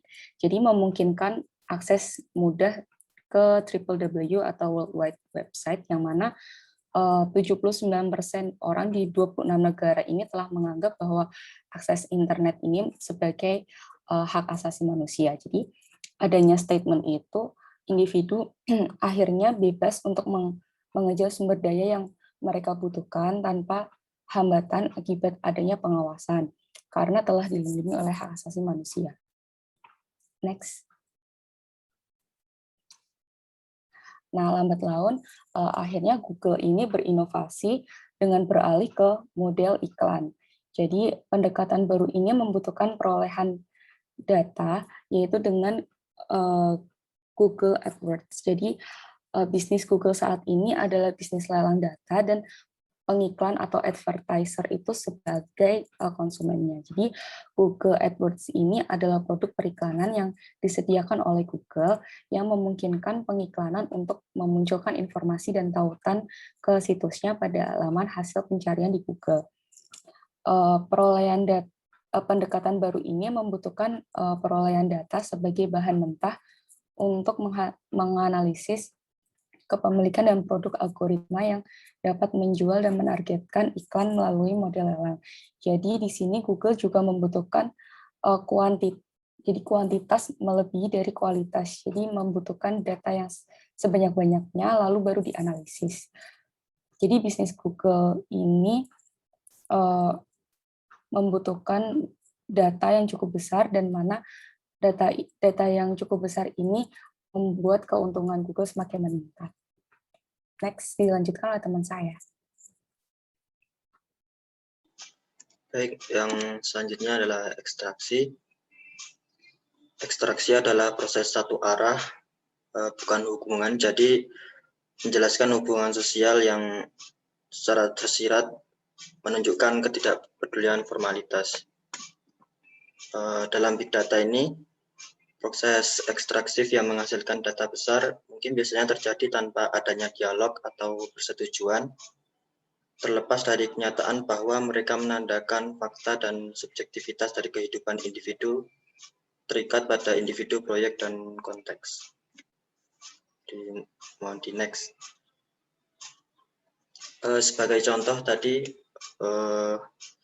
yang model Street View yang telah diungkap oleh NSA Edward, beberapa menjadi masalah hukum, oposisi, dan protes sosial sehubungan dengan klaim. Seperti contohnya pemindaian email, termasuk pengguna non-Gmail dan mereka yang menggunakan aplikasi pendidikannya. Yang kedua ada penangkapan komunikasi suara, melewati pengaturan privasi, dan sebagainya. Hal ini sempat dilaporkan dan membuat Google didenda sebanyak sekian juta dolar. Di next.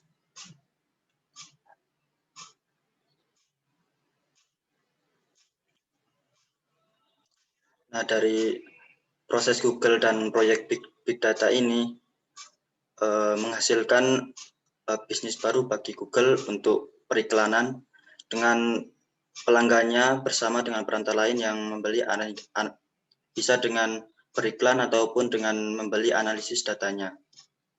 Pola ini berlaku untuk perusahaan teknologi tinggi hyperscale yang mencapai pertumbuhan terutama dengan memanfaatkan otomatisasi.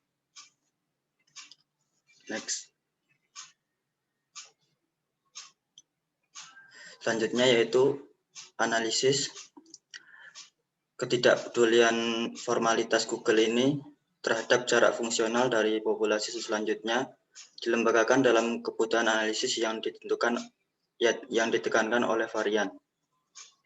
Melalui dengan pemeriksaan kombinasi data, ekstraksi, dan analisis varian ini, mulai menyarankan beberapa fitur utama dari logika akumulasi baru yang terkait dengan big data dan dipelopori oleh Google. Sebagai contohnya dengan meriset pendapatan bergantung pada data aset yang diambil alih melalui aplikasi otomatis yang dimiliki oleh Google di mana-mana, sehingga dapat memonitori aset-aset dan dapat menindaklanjuti apakah para pelanggan memiliki aset apa saja. Nah, melalui ini Google telah menang di dunia jaringan melalui konstruksi perintis, melupakan bentuk pasar baru yang merupakan varian kapitalisasi, informasi yang terpisah secara radikal dan ekstraktif yang bisa saja diidentifikasi sebagai kapitalisasi pengawasan. Dan ini bisa menjadi bentuk pasar baru dengan cepat berkembang menjadi model bisnis default untuk sebagian besar perusahaan online dan startup yang dimana pada saat ini telah banyak berkembang. Selanjutnya bisa dilanjutkan oleh teman saya.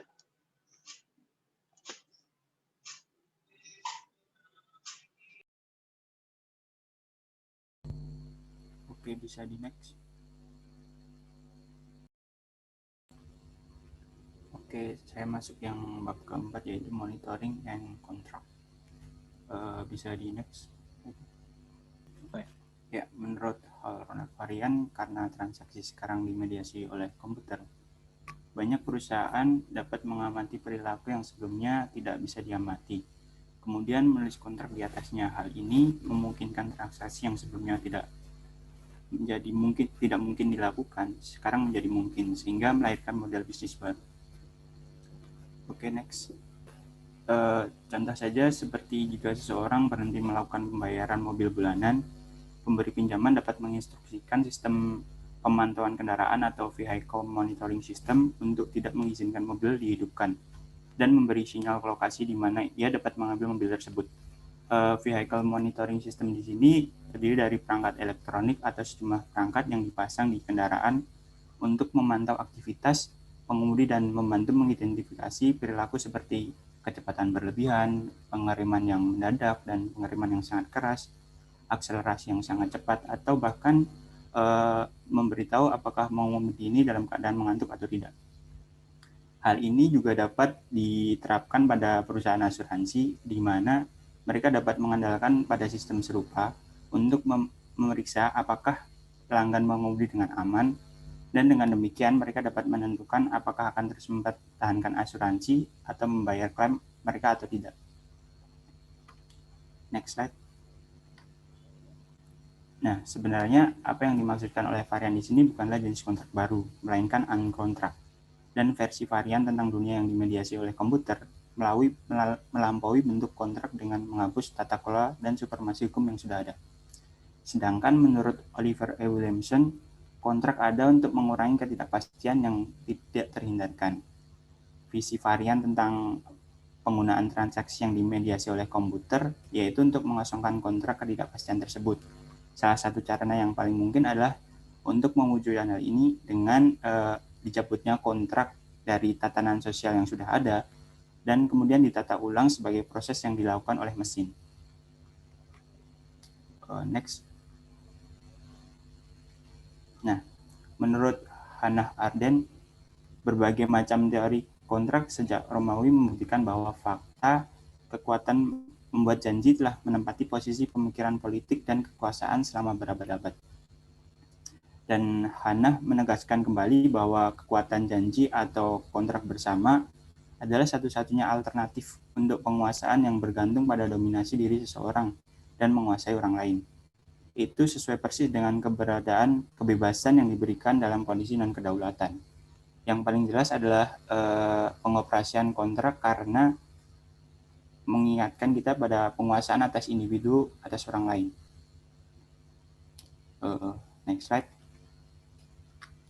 Berbeda dengan Hannah Arendt, visi varian tentang dunia yang dimediasi oleh komputer menurutnya sebagai gurun yang gersang, bukan komunitas yang sederajat terkait melalui hukum dalam keniscayaan dan pada akhirnya membawakan hasil perjuangan manusia kepada ketidakpastian.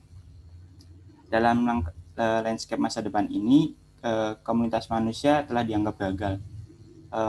Pengisian kembali manusia dari kegagalan tersebut dan kemenangan dalam melatih kemauan berlebihan juga menghadapi ketidakpastian alam, memberi jalan kepada kekosongan. Alih-alih untuk membentuk kontrak baru, justru pengaturan ini malah mengembangkan arsitektur universal baru yang ada di suatu tempat antara alam dan Tuhan yang disebut sebagai Big Order. Slide selanjutnya. Nah, Big Order sendiri adalah kekuatan yang berdaulat dalam waktu dekat yang memusnahkan kebebasan yang dicapai oleh supremasi hukum. Big Order sendiri adalah rezim baru dari fakta yang dikontrol secara independen untuk menggantikan kebutuhan akan kontrak, pemerintahan, dan dinamisme demokrasi pasar. Big Order sendiri adalah inkarnasi dari teks elektronik abad ke-21 yang bercita-cita untuk mencakup dan mengungkapkan fakta sesungguhnya dari perilaku pasar, sosial, dan fisik dan biologis. Sekian dari saya, untuk selanjutnya dilanjutkan oleh teman saya. Terima kasih.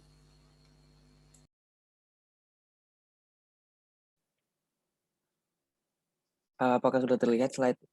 Sudah.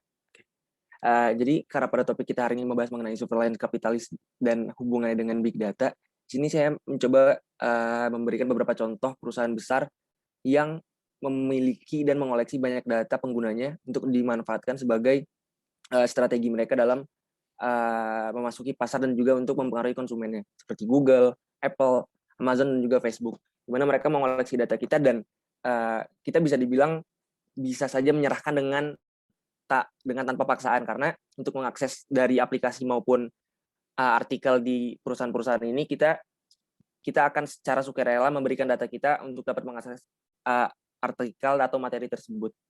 Oke. Selanjutnya. Nah, seperti yang sudah dijelaskan oleh Zaki tadi, Big Order itu sendiri adalah Global Architecture of Monitor Mediation yang menggambarkan sebuah kekuasaan baru di mana kekuasaan ini terdistribusi secara tidak terbantahkan, di mana mekanisme ini melakukan ekstraksi, komodifikasi, dan juga kontrol yang mengancam nilai-nilai seperti kebebasan dan demokrasi dan juga privasi. Seperti tadi yang sudah dijelaskan oleh Pak Novi mengenai bagaimana ancaman dari kekuatan big data itu sendiri dapat mengancam nilai-nilai seperti privasi. Nah, di sini ada Shoshana Zuboff yang menulis artikel mengenai Big Order itu sendiri. dia menjelaskan bahwa surveillance capitalism menetapkan bentuk kekuasaan baru di mana kontrak dan supremasi hukum digantikan oleh penghargaan dan hukuman dari tangan yang terlihat jenis baru atau new invisible hand. Di sini yang dimaksud dengan new invisible hand itu adalah big order itu sendiri, di mana orang-orang akan dijudge dan nilai-nilai kontrak itu akan digantikan oleh data yang secara masif digunakan oleh perusahaan-perusahaan besar untuk memanfaatkan demi kepentingan mereka pribadi. Nah, new logic-nya adalah surveillance capitalism dikualifikasikan sebagai new logic dalam sebuah tatanan sosial dan politik yang menggantikan kontrak, aturan hukum, dan kepercayaan sosial dengan kedaulatan big order. Nah, jadi ketidakhadiran dari legitimate authority dan juga besarnya tidak adanya deteksi dari si otoritas untuk mempengaruhi big data itu sendiri, maka big order dapat dikategorikan sebagai a cope of disgence, di mana cope of disgence ini sendiri diartikan sebagai kita sebagai manusia itu akan terpengaruh secara tidak langsung oleh adanya big data itu sendiri, dan kita akan secara tidak langsung bertransformasi ke era baru, yaitu era digital, di mana kita akan secara sukarela memberikan data kita pribadi sebagai tuntutan dari si perusahaan besar itu sendiri. Seperti itu. Oke, selanjutnya akan dijelaskan oleh rekan saya. Baik, saya akan menjelaskan mengenai personalisasi dan komunikasi. Namun sebelumnya saya akan menjelaskan terlebih dahulu mengenai definisi personalisasi. Jadi, personalisasi merupakan praktek pemasaran modern yang lebih menekankan pada membangun hubungan yang lebih dekat atau lebih personal kepada konsumennya. Kemudian pengertian dari personalisasi iklan sendiri merupakan strategi komunikasi yang saat ini sedang menjadi tren, yang mana perusahaan menawarkan produk maupun jasanya secara personal dengan sesuai dengan kebutuhan dan keinginan dari konsumen tersebut, sehingga diharapkan komunikasi antara perusahaan dan si konsumen ini terjalin secara efisien, dan nantinya menjadi lebih tepat sasaran karena ditujukan ke orang-orang tertentu. Kemudian secara teknis, jenis iklan yang disampaikan kepada seorang konsumen dirancang sedemikian rupa melalui teknologi big data. Lanjut.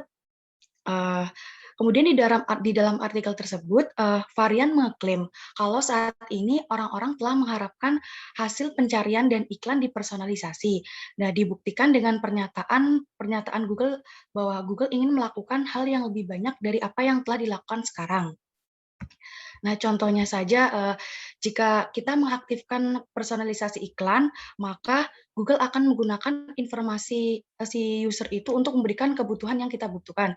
Misalnya nih, kita membuka situs web mencari alat olahraga.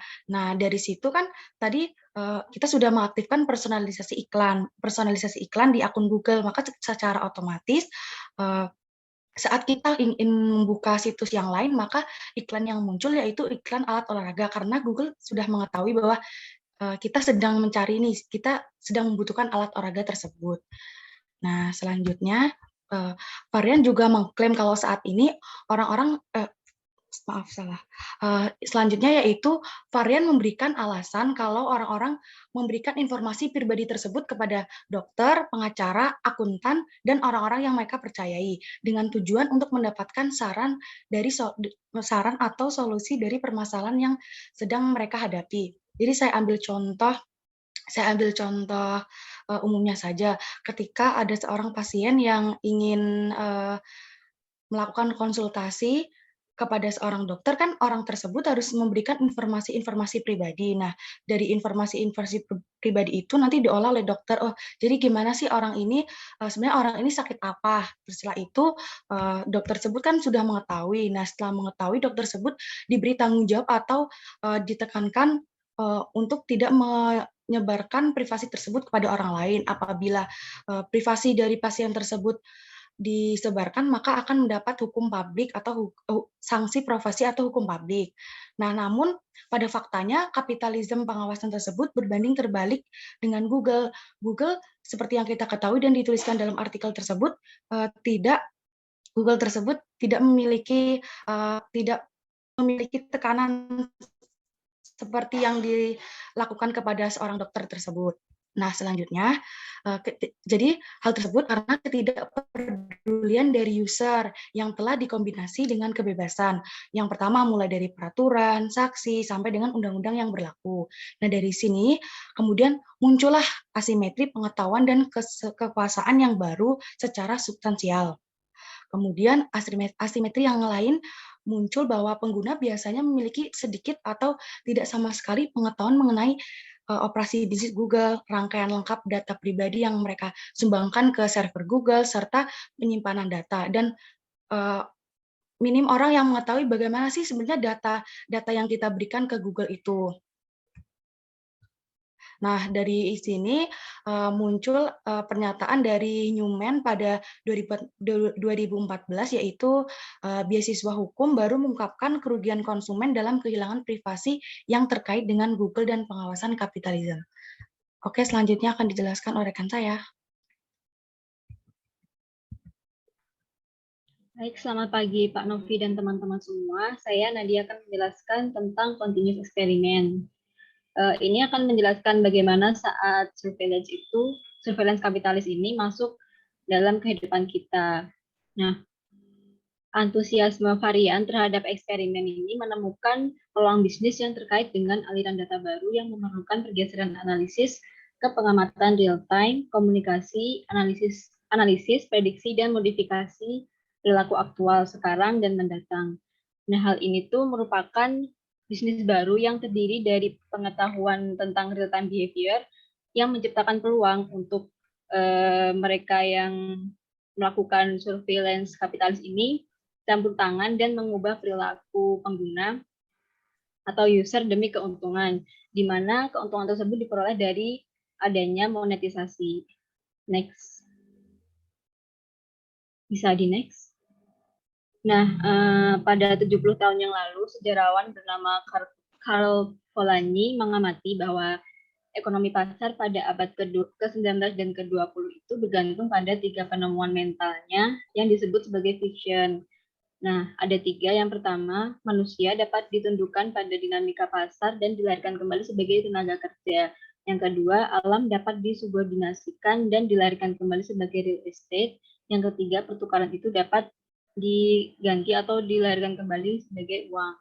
Jadi kemungkinan kapitalisme industri pada abad ke-19 dan ke-20 itu sangat bergantung pada penciptaan 3 komoditas fiksi ini, di mana ada tenaga kerja, real estate, dan uang sebagai pertukarannya. Sehingga secara tidak langsung, hal ini akan mengubah kehidupan atau alam dan pertukaran kita itu menjadi sesuatu yang dapat menghasilkan atau menguntungkan. Next.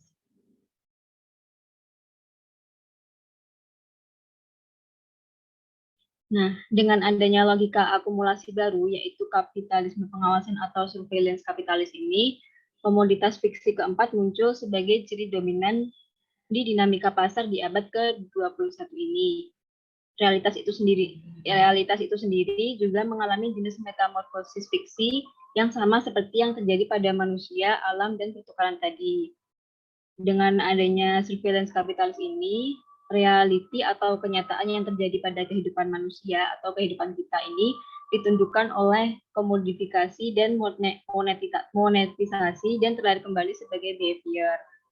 Nah, behavior atau perilaku inilah yang dapat dimanfaatkan oleh perusahaan yang menggunakan atau menganut surveillance kapitalisme untuk keperluan bisnis mereka, atau bisa disebut sebagai dematerialization yang telah dijelaskan oleh Pak Novi sebelumnya. Next. Nah, ini sebuah ilustrasi seseorang bernama Dev yang seperti dikelilingi oleh banyak mata-mata atau pengawas yang menawarkan sejumlah iklan dan teknologi atau produk mereka kepada Dev. Kira-kira seperti ini ilustrasi terkait surveillance kapitalis yang sebenarnya terjadi dalam kehidupan kita sekarang tanpa kita sadari. Bisa next. Nah, yang terakhir adalah kesimpulan.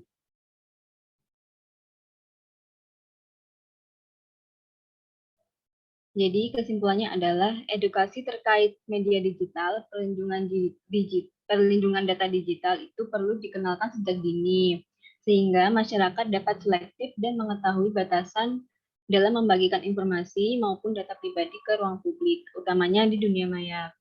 Pemerintah juga harus secara tegas mengatur perlindungan hak pribadi pengguna serta merumuskan aturan tentang etika periklanan digital. Pengguna memiliki hak untuk menghapus jejak aktivitas digital mereka sebagai bentuk kedaulatan atas data pribadi. Selain itu, perlu juga pengawasan masyarakat sipil terhadap perusahaan digital, serta pembentukan media atau lembaga alternatif sebagai bentuk perlawanan dari kapitalisme pengawasan atau surveillance kapitalis ini yang hanya menguntungkan bagi sebagian orang. Next.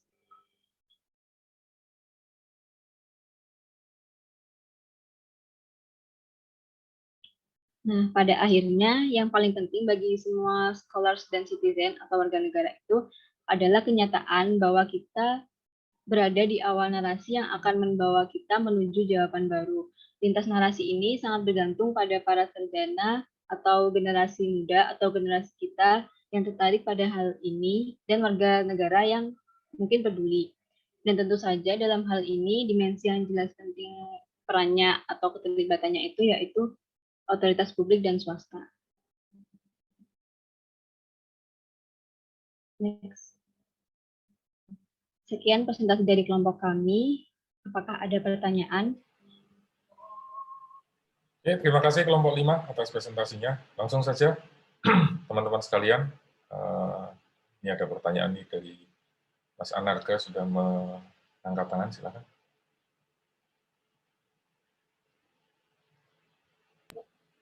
Baik, terima kasih Pak. Apakah suara saya sudah terdengar? Sudah terdengar, silakan. Jadi saya ingin bertanya kepada kelompoknya Saudara Wisnu. Kan tadi intinya kan bahwa data itu sangatlah menjadi aset terpenting yang mungkin tidak ternilai apabila itu terjadi kebocoran dan menyangkut tentang security-nya. Nah, pertanyaan saya itu kan tadi itu kan dijelaskan bahwa platform-platform besar seperti Amazon, Google dan lain sebagainya itu kan menggunakan data sebagai apa ya namanya salah satu inilah input untuk jadi strategi selanjutnya yang akan digunakan. Cuman pertanyaan saya itu apakah mungkin ketika let's say bisnis-bisnis kecil, small business yang dari resource-nya itu sangat jauh dari Google, Amazon itu untuk mengambil data untuk kepentingan bisnisnya sendiri. Karena kan terkait yang tadi juga disampaikan, saat ini transaksi melalui komputer itu sudah bisa diambil datanya.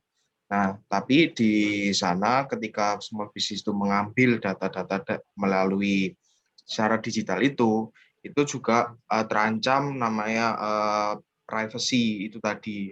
Karena secara tidak langsung data konsumen itu istilahnya bisa bocor untuk kepentingan lain seperti itu. Mungkin bisa dijawab.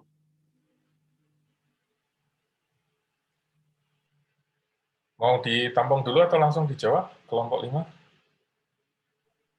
Ditampung dulu aja, Pak. Oke, kalau begitu ini ada Mbak Aisyah ya. Silakan Mbak. Apakah suara saya terdengar? Silakan Mbak, tapi agak keras sedikit ya Mbak Aisyah. Iya Pak, jadi pertanyaannya menurut tim penyaji, apakah ada tantangan tersendiri bagi perusahaan-perusahaan baru yang mulai menotis bahwa kegunaan big data itu sangat penting dalam mengidentifikasi pasar? Terima kasih. Oke, terima kasih Mbak Aisyah. Mas Seno, silakan. Oke Pak, apakah suara saya terdengar? Ya, silakan. Sedikit nyambung dari pertanyaan Aisyah tadi. Jadi kan meskipun big data memberi banyak kemudahan, itu bukan berarti tidak ada tantangan dalam menggunakannya kan.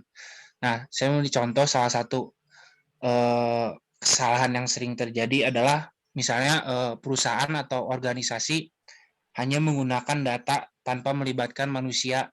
Padahal untuk bisa menggunakan data tersebut dengan baik dan benar, perlu campur tangan manusia untuk mempelajarinya. Nah, menurut kelompok ini, apakah tantangan ini bisa diminimalisir untuk keluar dari tantangan tersebut? Itu aja sih. Terima kasih. Oke, terima kasih Mas Seno. 3 pertanyaan dulu ya, silakan kelompok 5 untuk direspon. Izin menjawab, Pak. Saya mungkin jawab pertanyaan dari Aisyah. Pertanyaannya kan, apakah ada tantangan tersendiri bagi perusahaan baru yang mulai menotis bahwa penggunaan big data itu sangat penting? Jadi di sini itu kan di porsi bisnis ya, jadi big data itu kan sangat penting, bisa aja untuk data itu bisa dianalisis yang mungkin dapat menemukan jawaban dari bisa pengurangan biaya atau pengurangan waktu, atau dapat juga untuk pengembangan produk dari bisnis tersebut. Jadi dengan big data ini kan juga dapat mengoptimalkan seperti menghasilkan mungkin dapat menghasilkan akar penyebab dari kegagalan tersebut dari menganalisis data secara real time kan gitu. Jadi tantangan dari perusahaan baru mungkin ini menyangkut juga sama yang ditanya sama Seno tadi. Jadi kita juga sebagai perusahaan itu tidak 100% percaya sama data yang kita analisis gitu. Jadi yang di dalam big data itu tidak 100% benar tentang perilaku dari konsumennya. Jadi tantangannya mungkin data ini cuman menjadi penunjang yang utamanya itu tetap dari perusahaan itu tetap mempelajari perilaku konsumen yang secara langsung atau di real life-nya itu seperti apa, baru kita ditunjang dengan adanya big data itu sendiri. Seperti itu sih. Gimana Aisyah?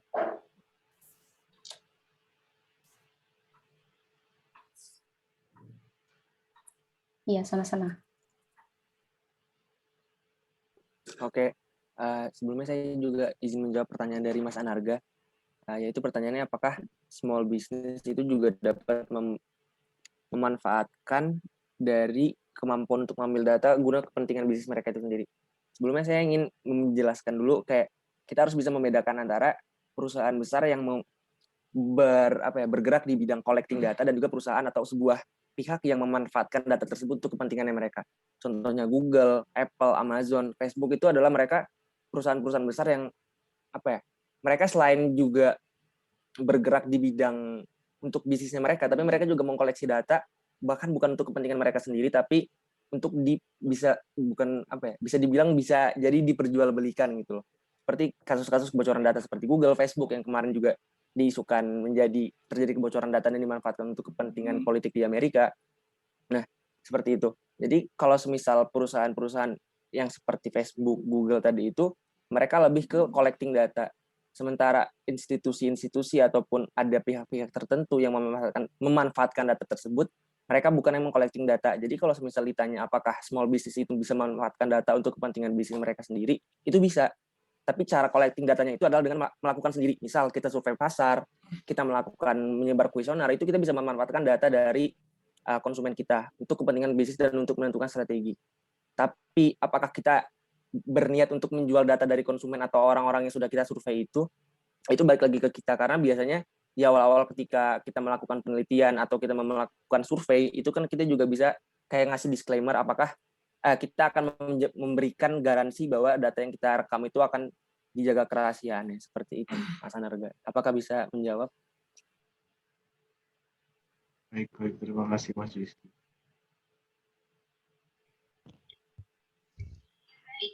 Menjawab pertanyaan dari Seno, menurut kelompok kami sebagai organisasi atau perusahaan yang baik itu, kita tidak mungkin hanya 100% percaya kepada big data itu sendiri. Seperti contoh kecilnya itu, saat kita melakukan penelitian atau menyebar kuesioner untuk tugas akhir mata kuliah, misalnya makroekonomi atau ekonometrika, itu pun kita harus tetap menyaring data dari responden yang kita dapat, sehingga agar tidak terjadinya outlier atau data responden yang tidak relevan. Seperti itu. Apakah Mas sudah menjawab? Oke, baik. Terima kasih. Baik, gelombang pertama sudah ya. Berikutnya silakan teman-teman yang lain, pertanyaan dan komentar untuk kelompok 5.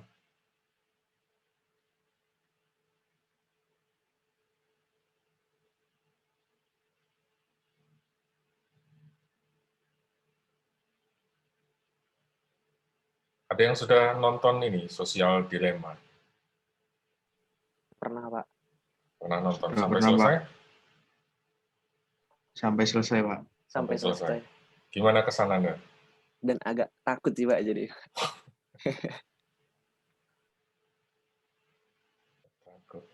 Silakan yang lain, pertanyaan atau komentar atau tanggapan untuk kelompok 5.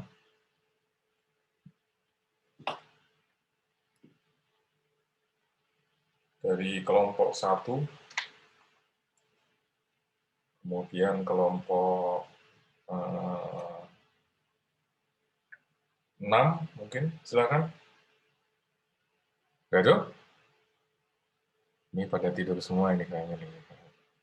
Oke, kalau tidak ada, kelompok 5 mungkin boleh ditutup presentasinya.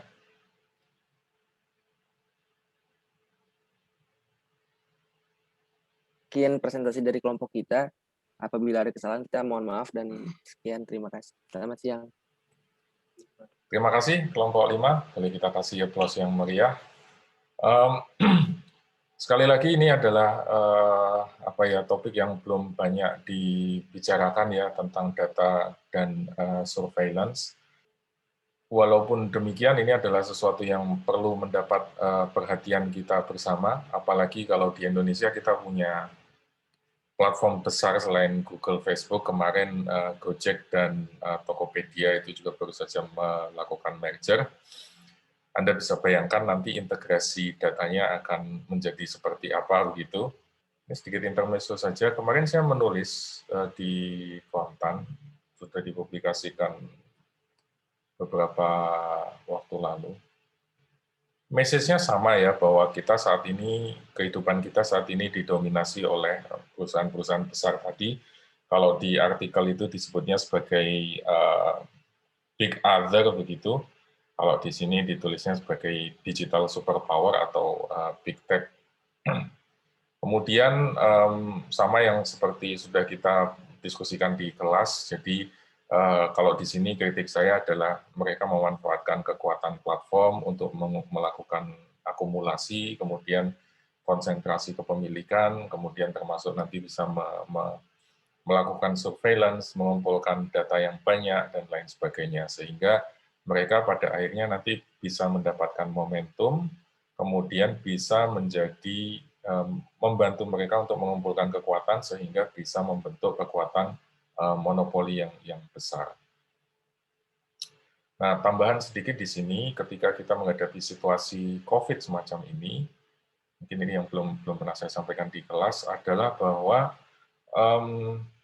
sektor-sektor digital itu mengalami yang namanya positive shock ya. Jadi sektor-sektor digital itu akan mengalami forced digitalization karena kita dipaksa untuk sekolah dari rumah, kemudian bekerja dari rumah, kemudian kalau beli apa-apa lewat platform online, daring semuanya, kemudian pembayaran juga dilakukan secara digital sehingga memberikan kepada perusahaan-perusahaan besar tadi positif shock sebagai akibat dari COVID. Jadi COVID, pandemi itu membuat mereka positif shock gitu ya, kejutan yang menyenangkan, kayak Anda tiba-tiba dikasih bunga sama pacar, atau dibelikan emas batangan misalnya, itu kan kejutan yang menyenangkan ya. Sementara itu untuk industri yang lain, nah ini bisa menjadi negatif shock karena mereka harus mengurangi karyawan, mungkin penjualannya turun, dan lain sebagainya.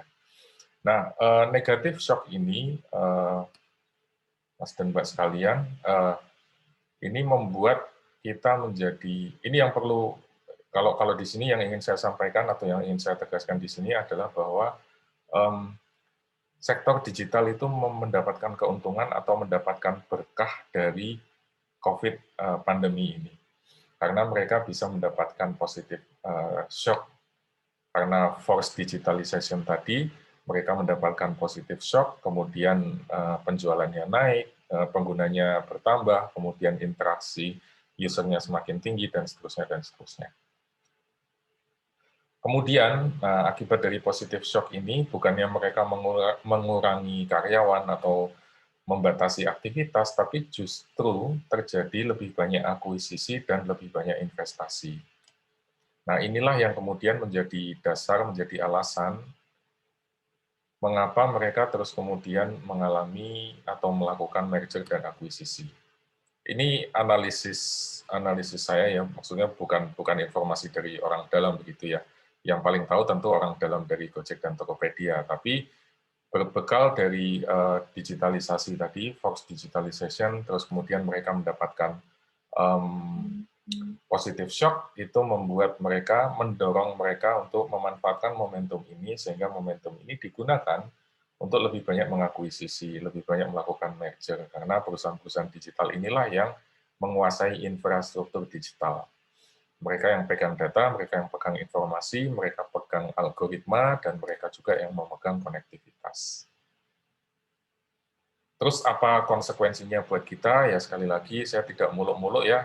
Yang penting teman-teman sekalian sekarang sudah mulai aware dengan adanya perusahaan-perusahaan big tech ini atau big other ini. Kemudian teman-teman sudah mulai sadar bahwa perusahaan-perusahaan besar itu menguasai arsitektur dan infrastruktur digital. Dan selagi perlindungan hukumnya belum ada, undang-undangnya belum ditekan oleh pemerintah, maka yang bisa kita lakukan adalah mulai dari sekarang kita mulai hati-hati, kita mulai menjaga atau melindungi data pribadi yang kita miliki sekarang.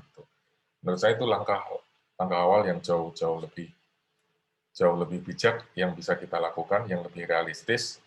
Paling tidak adalah mulai sekarang data kita adalah milik kita gunakan dengan hati-hati, walaupun kita bukan orang jahat ya, tidak ada hal-hal yang ingin kita tutup-tutupi, kita warga negara yang baik, taat pajak, kemudian tidak melakukan korupsi, tidak melakukan aktivitas kejahatan kriminal, menyembunyikan uang atau terorisme atau apapun itu, tapi ini adalah privasi kita, data kita, dan sudah selayaknya itu kita jaga, kita lindungi dengan baik.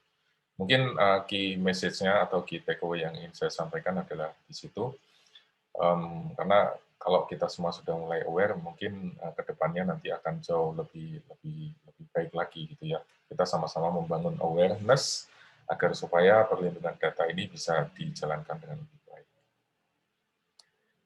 Oke, sampai sini dulu mungkin ada komentar atau pertanyaan, Mas dan Mbak sekalian. Kalau nggak ada pertanyaan, mungkin saya cukupkan saja perkuliahan kita pada siang hari ini.